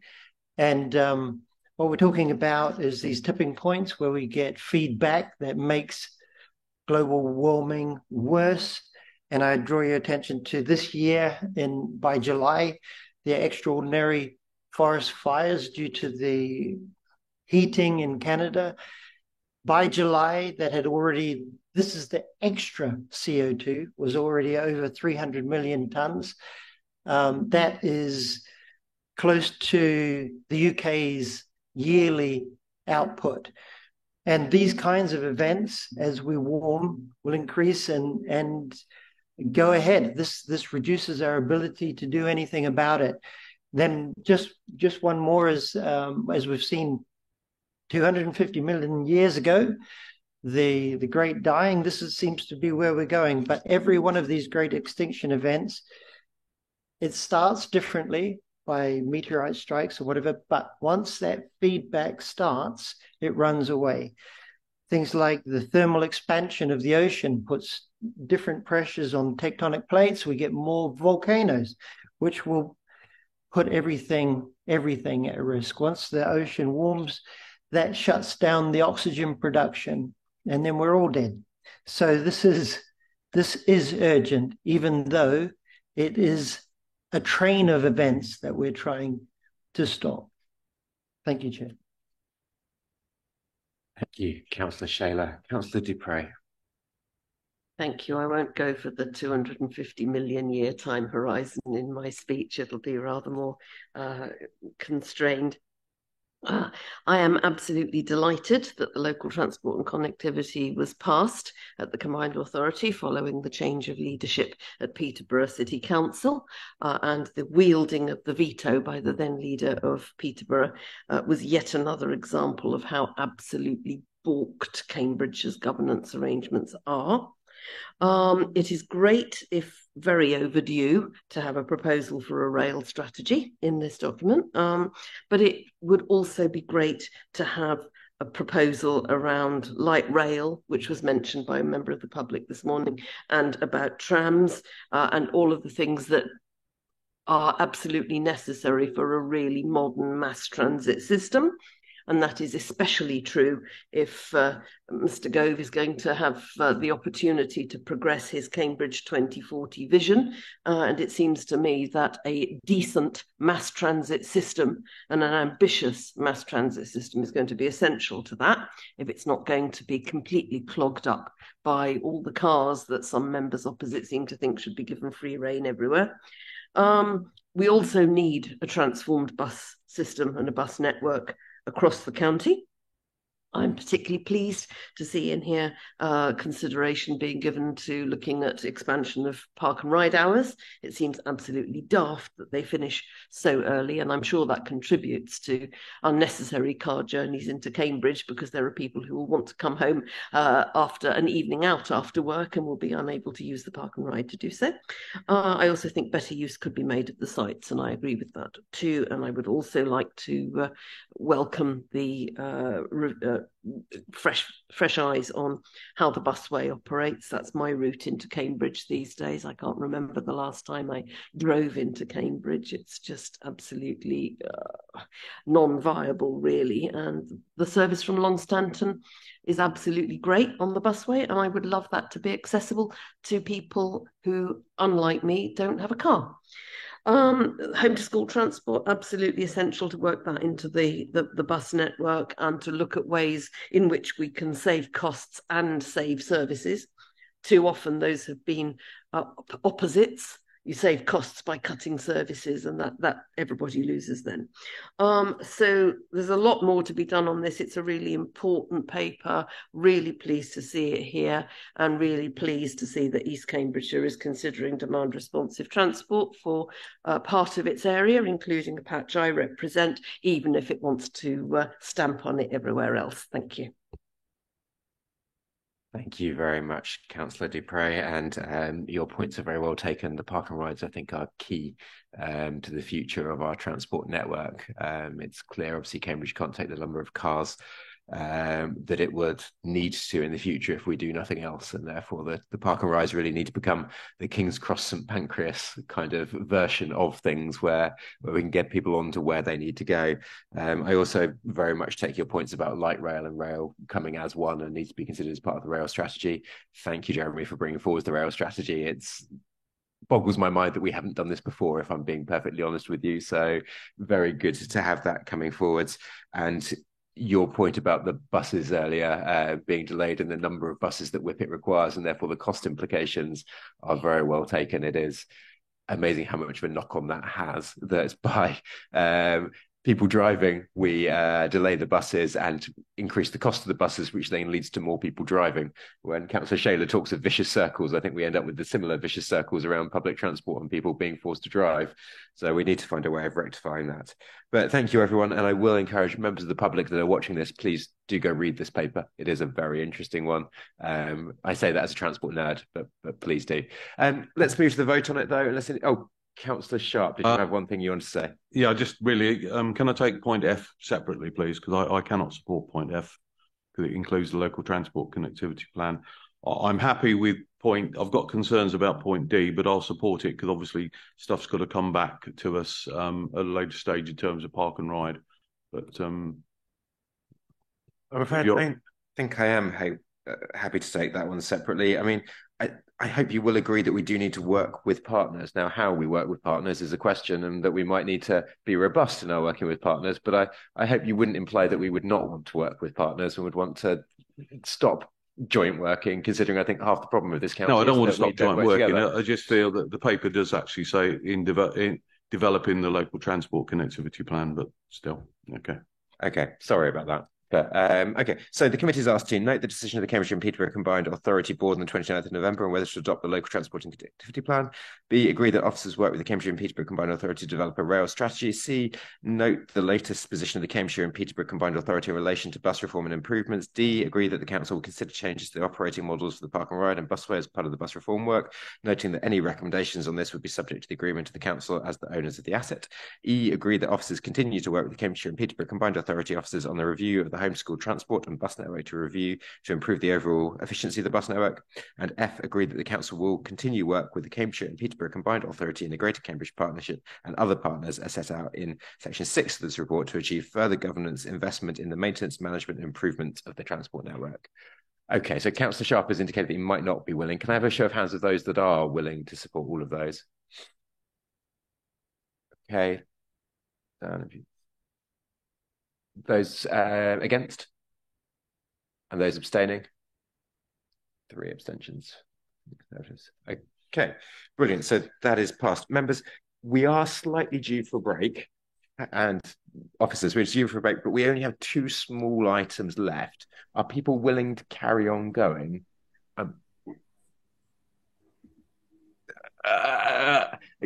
Councillor Gardner is off. Is everyone else happy to carry on for a little bit? Do I see any dissent on the carrying on? You've got to go as well. Okay, we are losing people at a rate of knots. Hopefully that means we'll get through things even quicker. Let's carry on if you're okay with that, Councillor Shayler, very quickly. So the Finance Monitor report, Sarah Hayward, Strategic Manager of Finance, will introduce the report. Sarah, over to you. I understand you want a very brief introduction, Chair. Yes, please, Sarah. This is the FMR as the end of October. The forecast overspend is 3.3 million. Within the remit of H&T committee, there's 2 major variances. One on highways development management, where we overachieve on income by 1.8 million, and parking enforcement, where there's a pressure of 474,000. Mixture of one-off costs and bus lane pressures on the income side. Capital is all in Appendix 3. Appendix 4 is there as a technical appendix, which we only put in every quarter. So that's for your interest this quarter. Very happy to take any detailed questions. Thank you, Sarah. Members, any questions? Then Hal. Just one question, actually. It's item 7, you've touched on it, Sarah, parking enforcement. We've got a forecast pressure of 474,000, which isn't a great deal of money, obviously. But as I understand it, is that ring-fenced in terms of the costs? You can't use other funds within council to offset deficits on parking charges? The net position means that if there was any surplus, you would have more surplus going into the on-street account. The fact there is a deficit means less is going than planned, but there is still a surplus on the on-street account. Is that a okay summary? I can come back. You've got reserves of money basically on the street parking. Yeah, great. Yes. Thank you. Thank you very much. Councillor Sharp, just to put that the other way around, I think it's where we make money from parking. That's the bit that's ring fenced and that can only be used on delivering transport strategy aims. So that's the bit that's ring fenced. Anybody else? No, in that case, then the committee is asked to note and review the report. I'm assuming, yep. Okay, brilliant. Final item on the agenda is the committee agenda plan and appointments. The Democratic Services Manager will take us through the agenda plan and the appointments. Thank you, Chair. There's the agenda plan is as published. I have no amendments to make to that. Brilliant. Councillor King has had to leave us, so I'm not expecting anybody else will have anything to say. Does anyone else have anything to say on that one, though? No. Okay. The committee noted outside agenda plan, training plan, appointments to the outside bodies. That concludes today's business. Thank you to those members of the press and public who have joined us in person or watching the live stream. I now declare this meeting closed. Thank you very much, everybody.